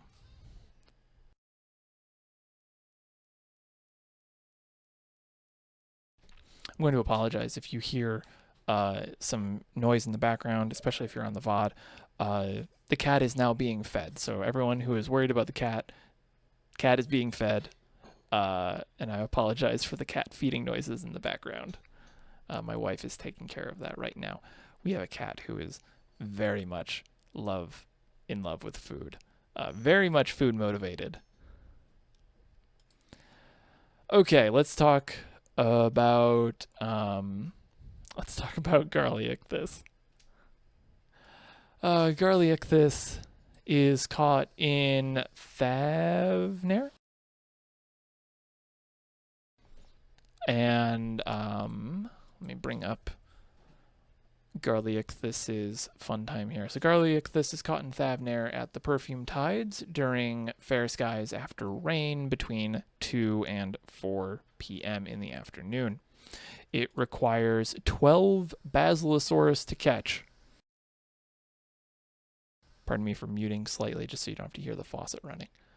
You have like a one-room apartment it's a one-room apartment, one bedroom. It's kind of small. It's going to make noise. I apologize.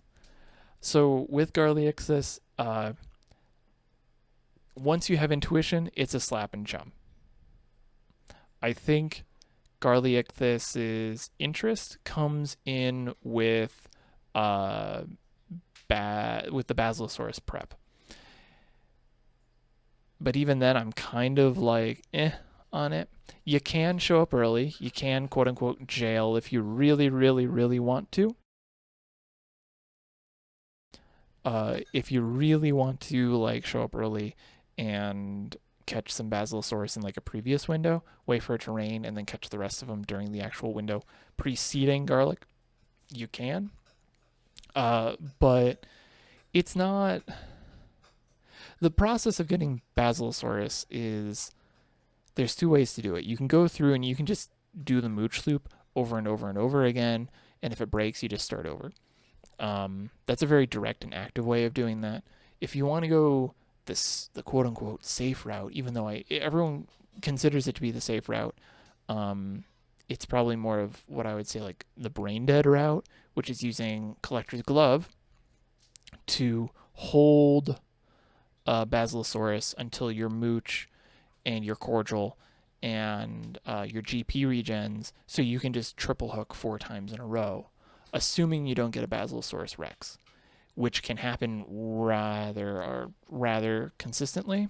So that's why I think holding isn't actually as safe as a lot of people think it is, because you waste a lot of time doing nothing when you could end up getting a Rex, which will then mean that you slip and have to start over, and you lose a lot of time. So I think the interest is really in the prep. Once you actually once you actually get intuition, it's a slap and chum. It's the longest bite in the hole. So it's not super engaging. The actual intuition is not very intense. It's cool because it's a big fish, and it has a fun name. But I think if Garliacthus, I'm trying to decide if I want to put Garliacthus as a B or a C tier. Because if you look at just the intuition, it's a C tier. C or a D tier, actually. But if you look at the prep leading up to it, I think the interesting part of Garliacthus is the actual, like, getting the Basilosaurus. And that is where you can have a lot of fun. And I think that that's what carries Garliacthus. If you're somebody who shows up and is like, I want to be super safe, even though it's kind of boring, you have options. You can jail early and then finish it up later. That's valid. If you want to go super intense and a lot more fun, I personally like to do this, is you start going for Basilosaurus right during the window. So you basically have from 8 a.m. to 2 p.m. to get the 12 Basilosaurus, which is really risky, but also kind of fun.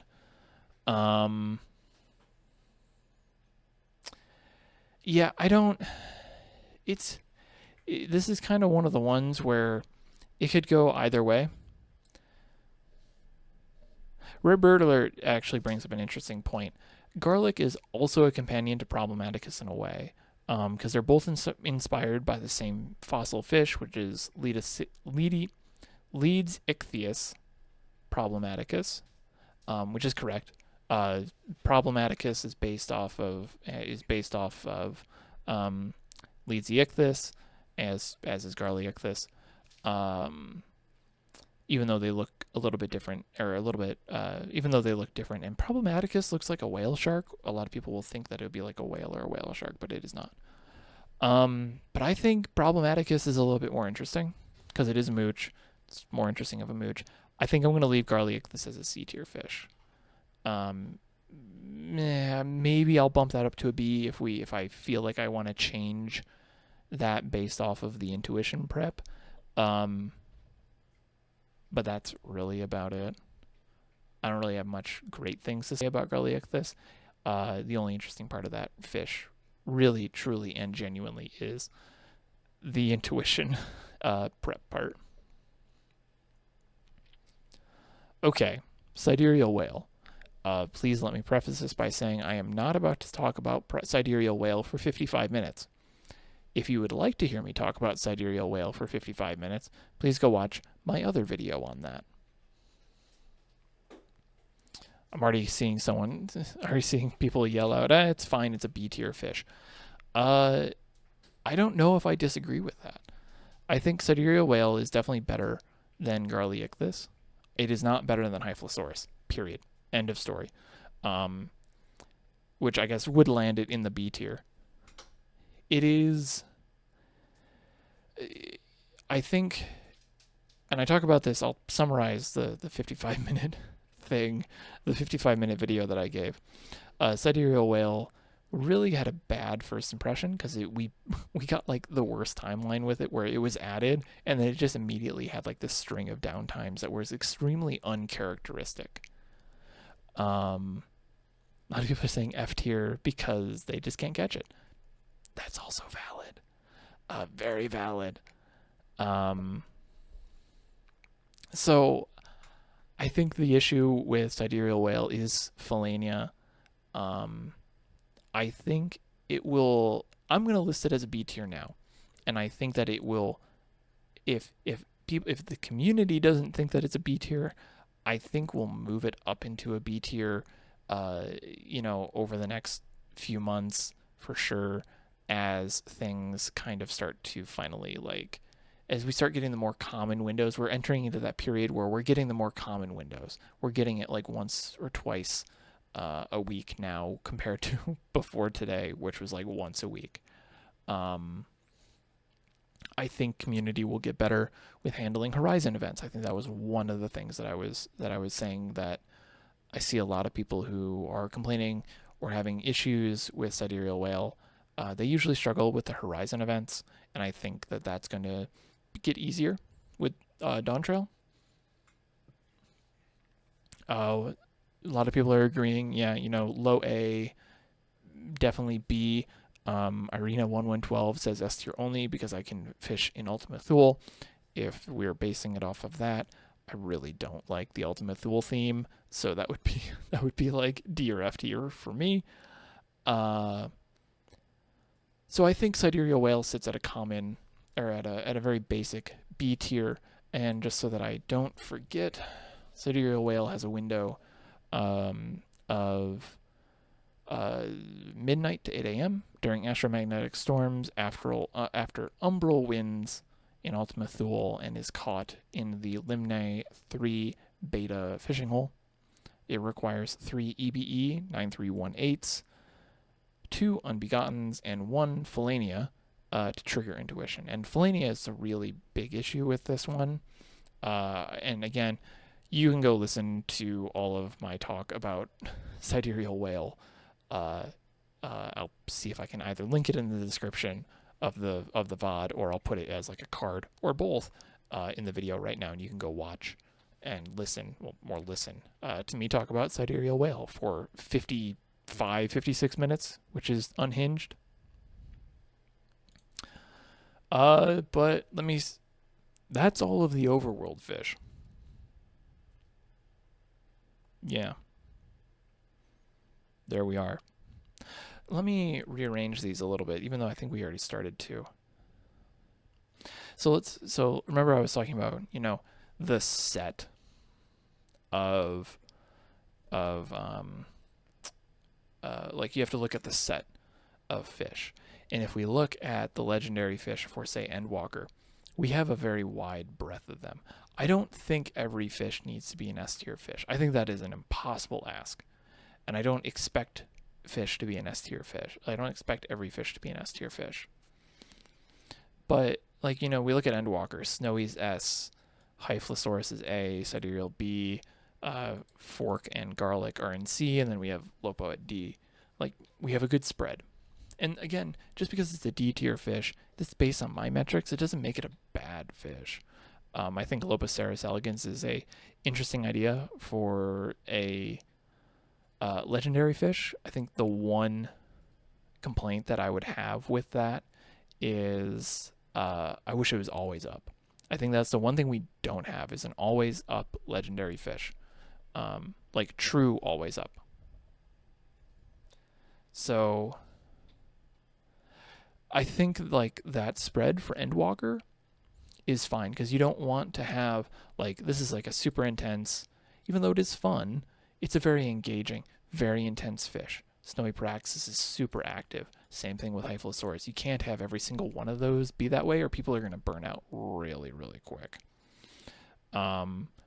You don't want to have those intense fish all the time, which I think we do see. Like, we have for Heavensward, we have Charibenet in S, Sea Butterfly and Romdel in A, Armorfish and Problematicus in B, and then Opabinia in C. That's still a pretty strong spread.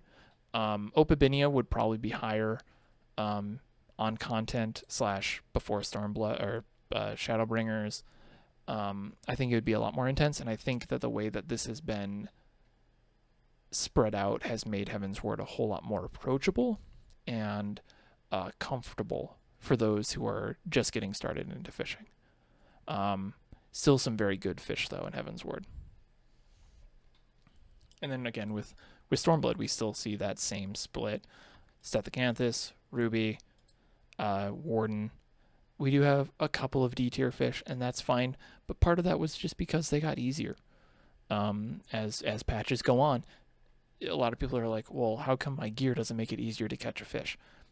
It's not like raiding in that sense where, you hit harder with more gear. It's your skill set.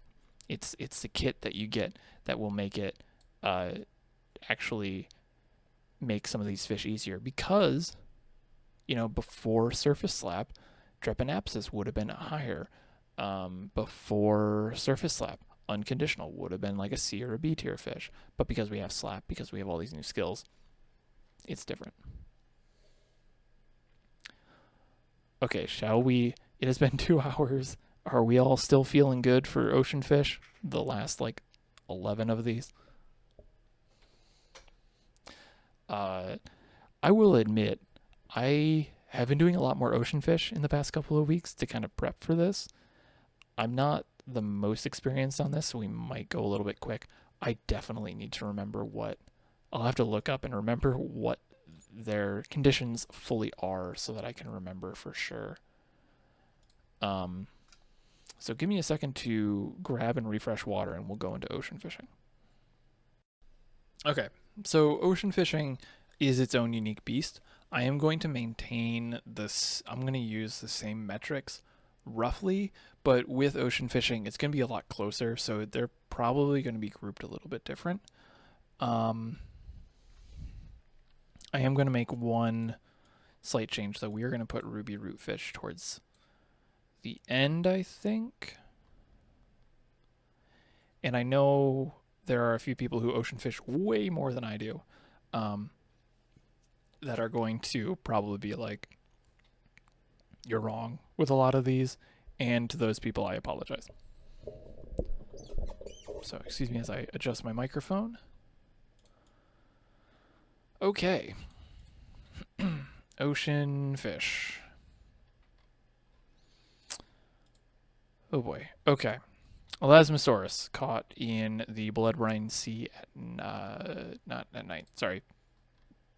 Is caught in the northern Strait of Merlthor during the day, and it requires 3 Gugurusauruses.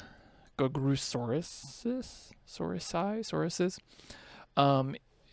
Gugurusaurus, easily identified. It's the only triple hook during that part, ferocious bite during that that specific time of day during the spectral current. It is easy double hook yield. You don't need to do a triple hook, even though you need 3 of them for the intuition. You do. You can just use double hook and to be able to get it. So your GP management isn't that rough. So I think probably going to put that as like a B tier. I'm not sure if it's going to be very fair putting ocean fish with overworld fish. Tioto, please, I apologize in advance for this. Doesn't require any sort of mooching. Only a handful of ocean fish, Fabled Legends do. I think it's not. It's pretty straightforward. It just doesn't bite super duper often. I think it's like in it by itself. You're just you get the intuition. And you switch your bait, and then you hope you get it, type of thing. This is one of the ones where I believe. Let me look at the numbers here before I say that. No, yeah, you go, you slap, you cast. You may not actually even need to slap. As I say that, you probably don't have to slap as much.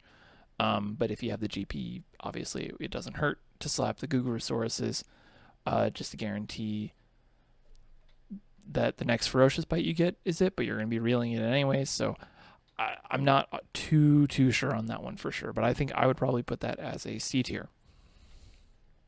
We're going to go through these kind of quick because I'm not super duper versed on the ocean fish as I am with the overworld fish.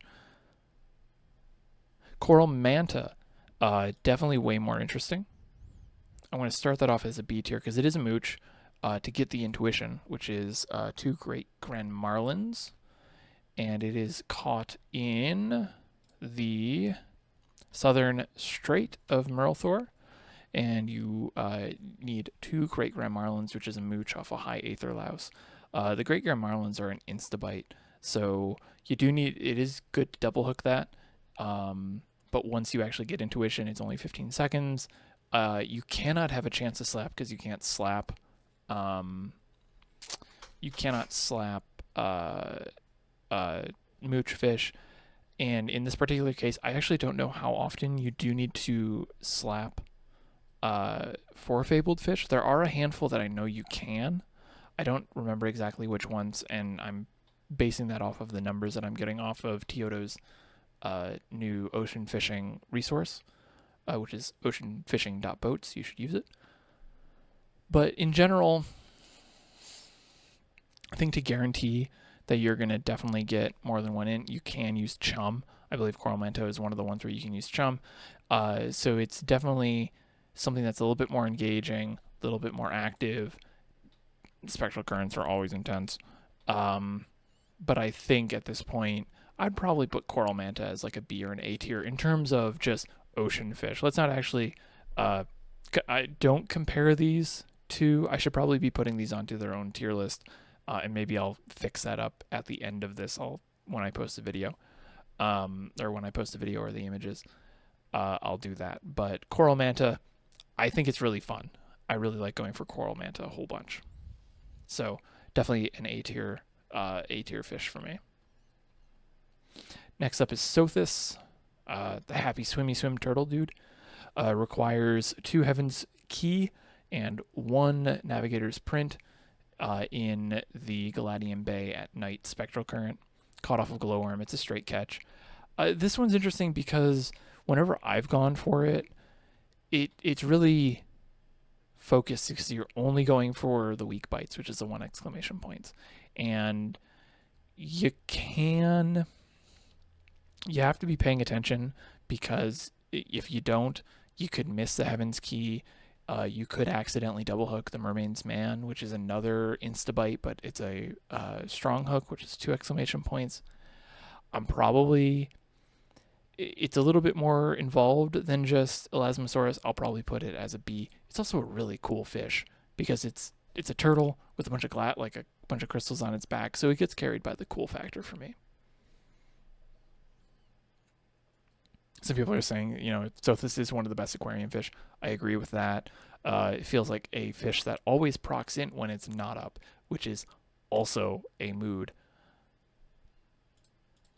All right, going into Stone Scale, which is also which can also be caught on the same route as Sothis, but also can be caught on the Fugo Rothlet Sound at night route.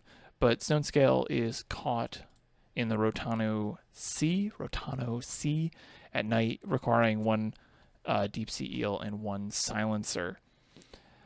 Again, this is one where you have to really be paying attention unless you're reeling everything in. But if you're targeting it, you do need to be paying a bit of attention to your timing because Aronnax bites very quickly compared to Silencer, which can also bite very quickly, but not as quick. And Deep Sea Eel just always seems to take forever for me on that. Stone Scale, though, cool aquarium fish. Kind of looks funny. But I would probably put it at like Elasmosaurus or Sothis. I'm not sure if I would put it as B or C tier fish. It's very engaging. Because of the spectral current, it gets very intense. Especially if you're on a route where it shows up. Can you get an extended spectral? No, but you can. Let me see. Hold on. I'm double checking something really quick. Okay, you can get an extended spectral on Sothis. So if you get an extended spectral on Sothis during the Northern Strait of Melfior during the day route, a little bit less intense on Sothis, and you have a similar setup for Stone Scale as well. Yeah. Some people in the chat are saying, probably we're going to see most of the fabled fish between A and C, which I think is probably what I would agree with. Hafgufa is a giant octopus, also related to, I believe, the Hullbreaker Isle Hard, but one of the Hullbreaker Isle dungeon bosses. It is caught in the Ciudades spectral current. It can either be, it can, for me, it's always been one of those fish where it's like, I always get the intuition for it when I don't have the ability to catch it. But it is the only, or one of the only fish that can never have an extended current. So it's always going to be that 2-minute current because it's always the first stop. I believe all of the others, I'm double checking this right now. I believe all of the other blue fabled fish can be caught. No, I lied. Taniwa is the other fish that cannot get an extended schedule or an extended spectral. But we'll get to that in a minute. So Hefgufa, definitely more intense than the rest. Engagement wise, you do need to have a double hook ready for Jetborn Manta, but you don't have to worry about the TC. The TC I believe there was another triple bite in there. No, I'm thinking of something else. I'm doing this off the dome piece. I'm really ad-libbing on the ocean fishing stuff because I haven't gone for Hefgufa in a long time.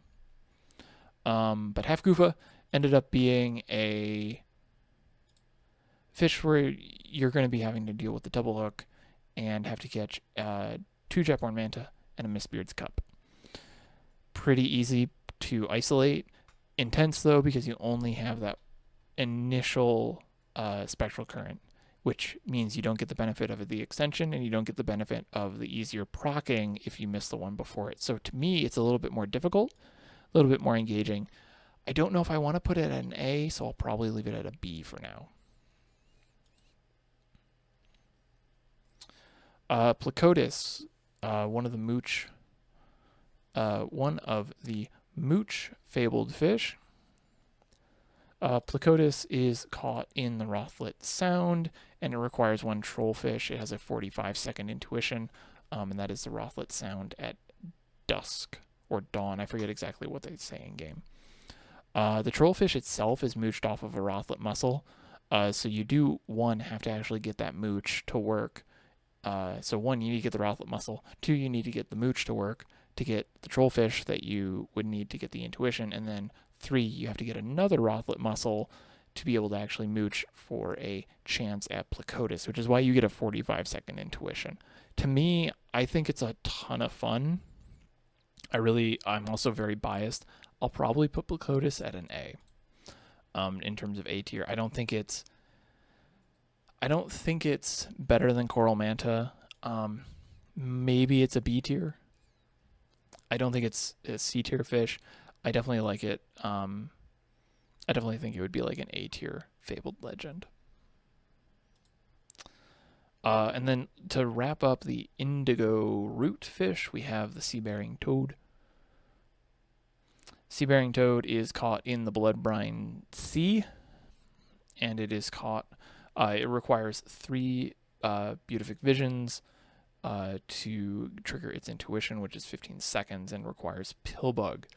Beatific Visions, it's recommended you use Pillbugs to catch them. And that's the same bait for seafaring toads. So you don't have to swap bait around like you do with, say, Stone Scale with Rat Tail, Elasmosaurus from Plump to Heavy Steel Jig, or with Coral Manta too as well, from Ragworm to Shrimp Cage Feeder. So not super engaging. If you're focusing it, you're going to be spending a lot of time canceling your bites, reeling in early, canceling it, or sending it back out again. You only need 1 double hook because that'll guarantee 4 Beatific Visions. So you don't really need to worry about the variety of numbers that you're getting, but you do need to make sure that you are using your GP well. I would probably put Sea-bearing Toad as a B tier because of that. Because you have to be that level of engaged to be optimized. If not, it would have been down here with Elasmosaurus. So our friend the Toad is a B tier. Okay.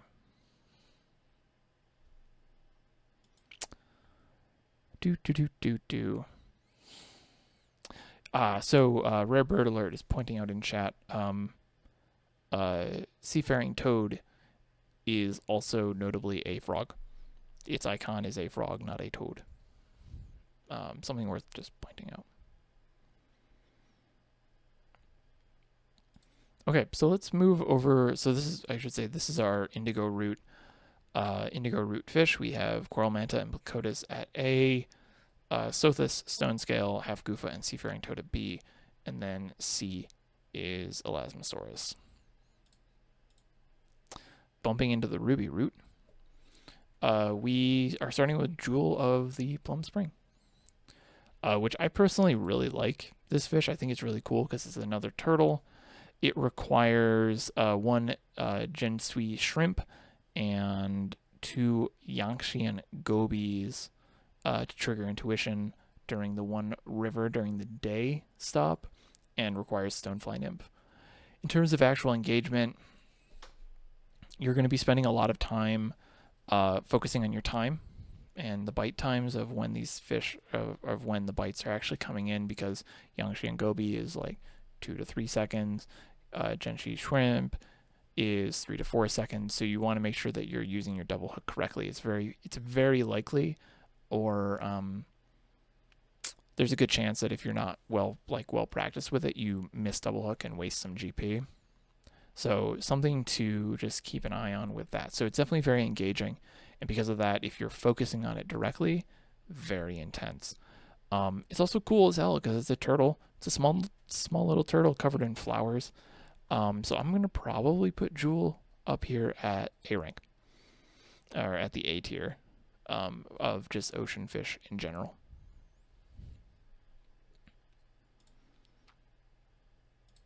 Because it is just a cool fish. And this is like one of the ones that a lot of people are really hoping, and I'm kind of planning, will become an aquarium fish. Okay, Glass Dragon. Glass Dragon is caught in the Kugane Night Spectral Current, and it requires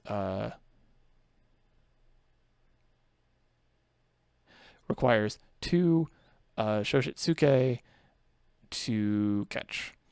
Now, Shoshitsuke, which I'm going to struggle to pronounce, is the only ferocious bite and is pretty isolatable as such. Pretty quick bite too. It's roughly 34 seconds on Plumpworm, which is the only bait that you can use to bite. But Glass Dragon is caught off of a mooch with Snapping Koban. So it's a little bit different than Placotis, where you needed the mooch to get the int, and then you had to mooch back into it again. So it's a little bit closer to... it's kind of like an inverted Coral Manta, in a way, where like with Coral Manta you had to mooch to get intuition, and then it was a straight catch. It's a straight catch to get the intuition, and then you have to mooch to actually get the fish. So you get 45 seconds off of Snapping Koban. I think this one's interesting because if you're targeting it specifically, you do have to prep. You have to make sure that you have enough GP going into it to be able to get the double hook for the to trigger intuition. You need to make sure you have enough Angler's Art stacks or enough GP to be able to mooch. So I think it's definitely very engaging in that sense. It's also really fun because it's one of the few bluefish, few fabled legend fish that you can eat. I have heard people get it multiple times in a single spectral window, regularly. Like I usually when you see like multiple intuitions, it's like, wow, that's like really big deal. Like double Elasmosaurus, double Sothis, double Stone Scale, double Coral Manta. All of these are like, wow, that's really lucky. If you get like 2 Glass Dragons, it's like, yeah, that seems about right. I think I've done 3, or I caught 2 and got like 3 bites worth or something like that. I forget exactly how that worked. Glass Dragon, but it is Glass Dragon, not the hardest of fabled fish, but definitely interesting. You do need to do a bait swap. It is ideal that you're on krill when going for snapping Kobin, and you have to be, if you're targeting it, if you're targeting Kobin specifically to mooch, you do need to be actively canceling your casts and recasting, because it is going to be a instant bite, if I recall. Yep. So it's like a near instant bite. And then once you're actually mooching, you do need to make sure that you are managing your resources to either continue the mooch loop that snapping Koban starts, or you have enough GP to actually re-get intuition if it for some reason either falls off or you catch Glass Dragon relatively quickly. I feel bad for putting a fish that I consider relatively easy at A tier, but if we go by my metrics of it is engaging, it is intense, it is not super intense, but it can be because it is a spectral current, and it is kind of cool. I think it's cool that they have a mooch loop in ocean fishing. I think that was, I'm a big fan of mooches and big fan of mooch loops, so being able to see that in ocean fishing is really cool, and I would hope that in the future we see that a bit more often. All right, final two. Hell's Claw and Taniwa. So with Hell's Claw, that is caught in the Ruby Sea during the dusk. It requires 2 fleeting squid and 1 flying squid. Squid are interesting in the Ruby route because you usually end up catching some form of squid pretty often in a lot of these routes. For Hell's Claw specifically, flying squid and fleeting squid, pretty cut and dry on how to get them. I mean, on top of them just actually biting, you do like their window is pretty. Their bite window is like pretty clear. Like, oh, if you get it between 3 and 4 seconds and it's a strong bite, which is again 2 exclamation points, it's a fleeting squid. Or if you get a if you're on plump worm and you get a 5 to 8 second strong bite, it's flying squid. So like that's pretty well cut. So if you have the knowledge of that, getting the intuition's pretty easy. Assuming the fish are biting, which they may not. You do need to have a bit of a bait swap unless you stay on plump worm. I don't know the full optimization for Hell's Claw. I'm not sure if there is one. I think Tioto wrote one, but there might be one where there wasn't a full one yet. I forget. There was something where he was like, I haven't written it yet. But with Hell's Claw, like, there's a lot of bait swaps. So if you're focusing fleeting brand, you have to use fleeting squid, you have to use krill. If you're focusing flying squid, you want to use plump, and then once you actually get the intuition, you need to swap again. So it's pretty active in that sense. You're going to be pretty engaged. I don't know, from the few times that I've gone for it, it doesn't feel super intense. Like, I feel like the squid bite enough that it's like, eh. So I think I would probably put Hell's Claw at like a B. I don't know if I'd bump it down to a C. I think it would be a B because it is definitely involved. There is definitely like activity going on. But I think leaving it at like a B or a C is about right. And then I guess we're ending with Taniwa. Taniwa is the Siren Song Sea during the day spectral current fabled fish, and it is 3 sunken coelacanth. So basically, this is just another. I'm going to say it's going to be just another Elasmosaurus in the sense that you use plump worm, you get the ferocious bite, which is the only ferocious bite that you can get. You know it's going to be sunken coelacanth, and the difference is you have to use triple hook to get the intuition immediately, because double hook will only yield 2 compared to Elasmosaurus, which Gugurosauruses would give you 4, 3 or 4. with a double hook. So you do have to triple hook at this point.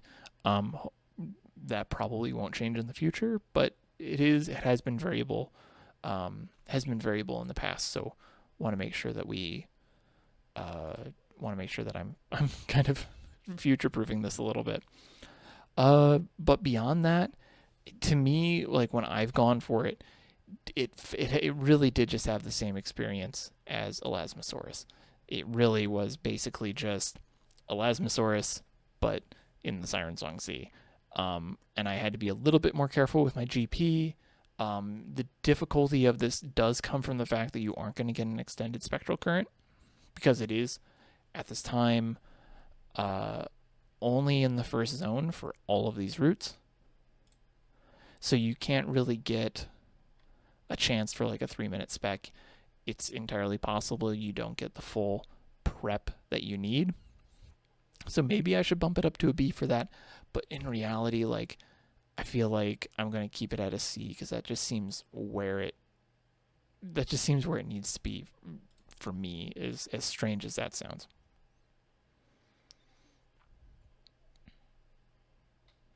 So there it is. That only took, let me bring up the number, 2.5 hours. But there is the legendary and fabled fish tier list. I'm looking through this and I'm wondering if there's any that I want to move. I don't think anything needs to be bumped up to an S tier, though I am eyeing one. I'm trying to think, like, I don't think any of the fabled fish need to be bumped up to an S tier. I think D tier, that makes sense. I don't think Nepto Dragon is getting into the C tier because of Rule of Cool. If not, it would have been down here. Yeah, the rest of these feel pretty solid in the C tier, pretty much in the B tier for these for sure. D tier, yeah, we're looking at, that would make sense.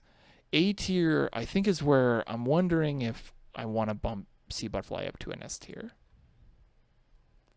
because it does require a lot of, I think it is very engaging. It definitely has a lot of intensity behind it in terms of you are actively engaged for like that full duration. And it is kind of cool, the whole process around it. I think I might bump Sea Butterfly up to an S tier. I think that's what that's going to be. I think Sea Butterfly as an S tier it makes sense to me.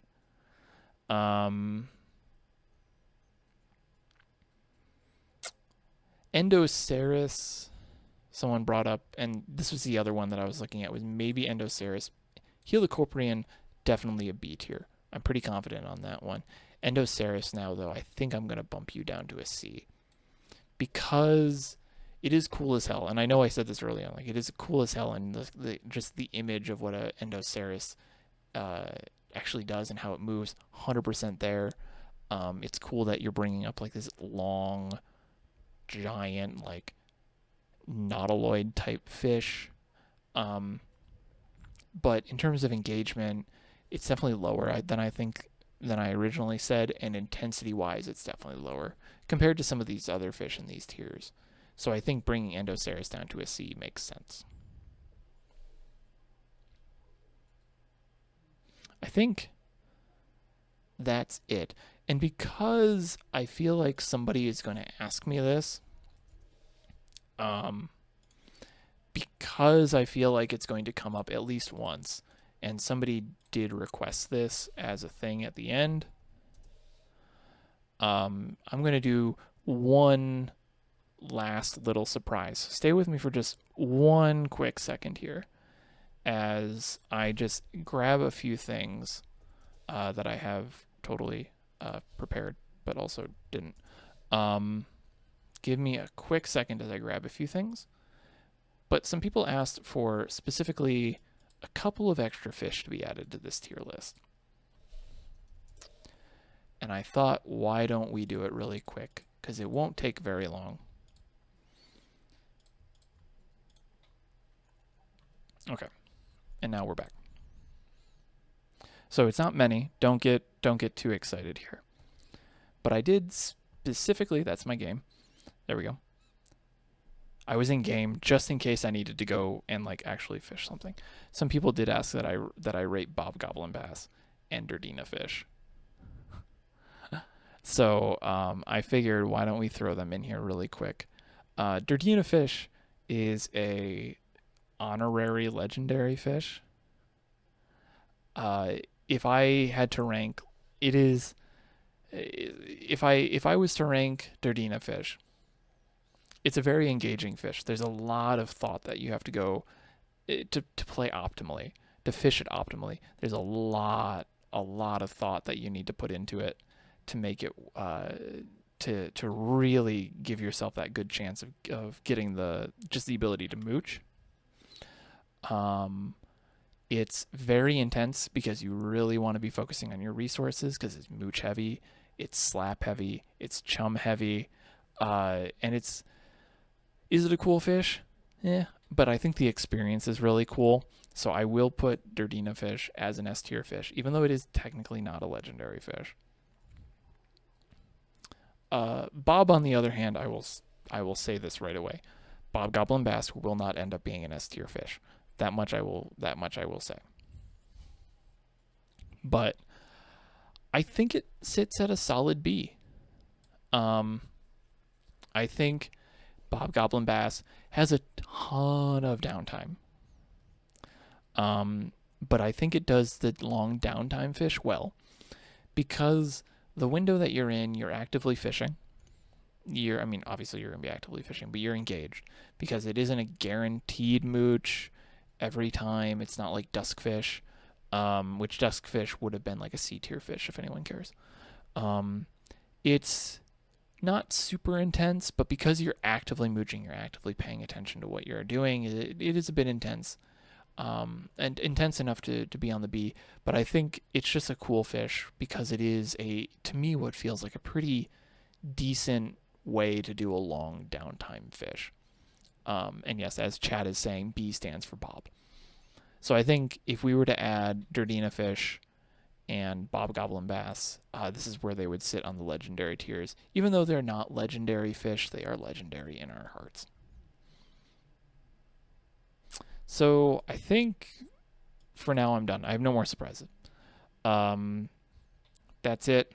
Here is the official Fruity Snacks tier list of legendary and fabled and guest fish.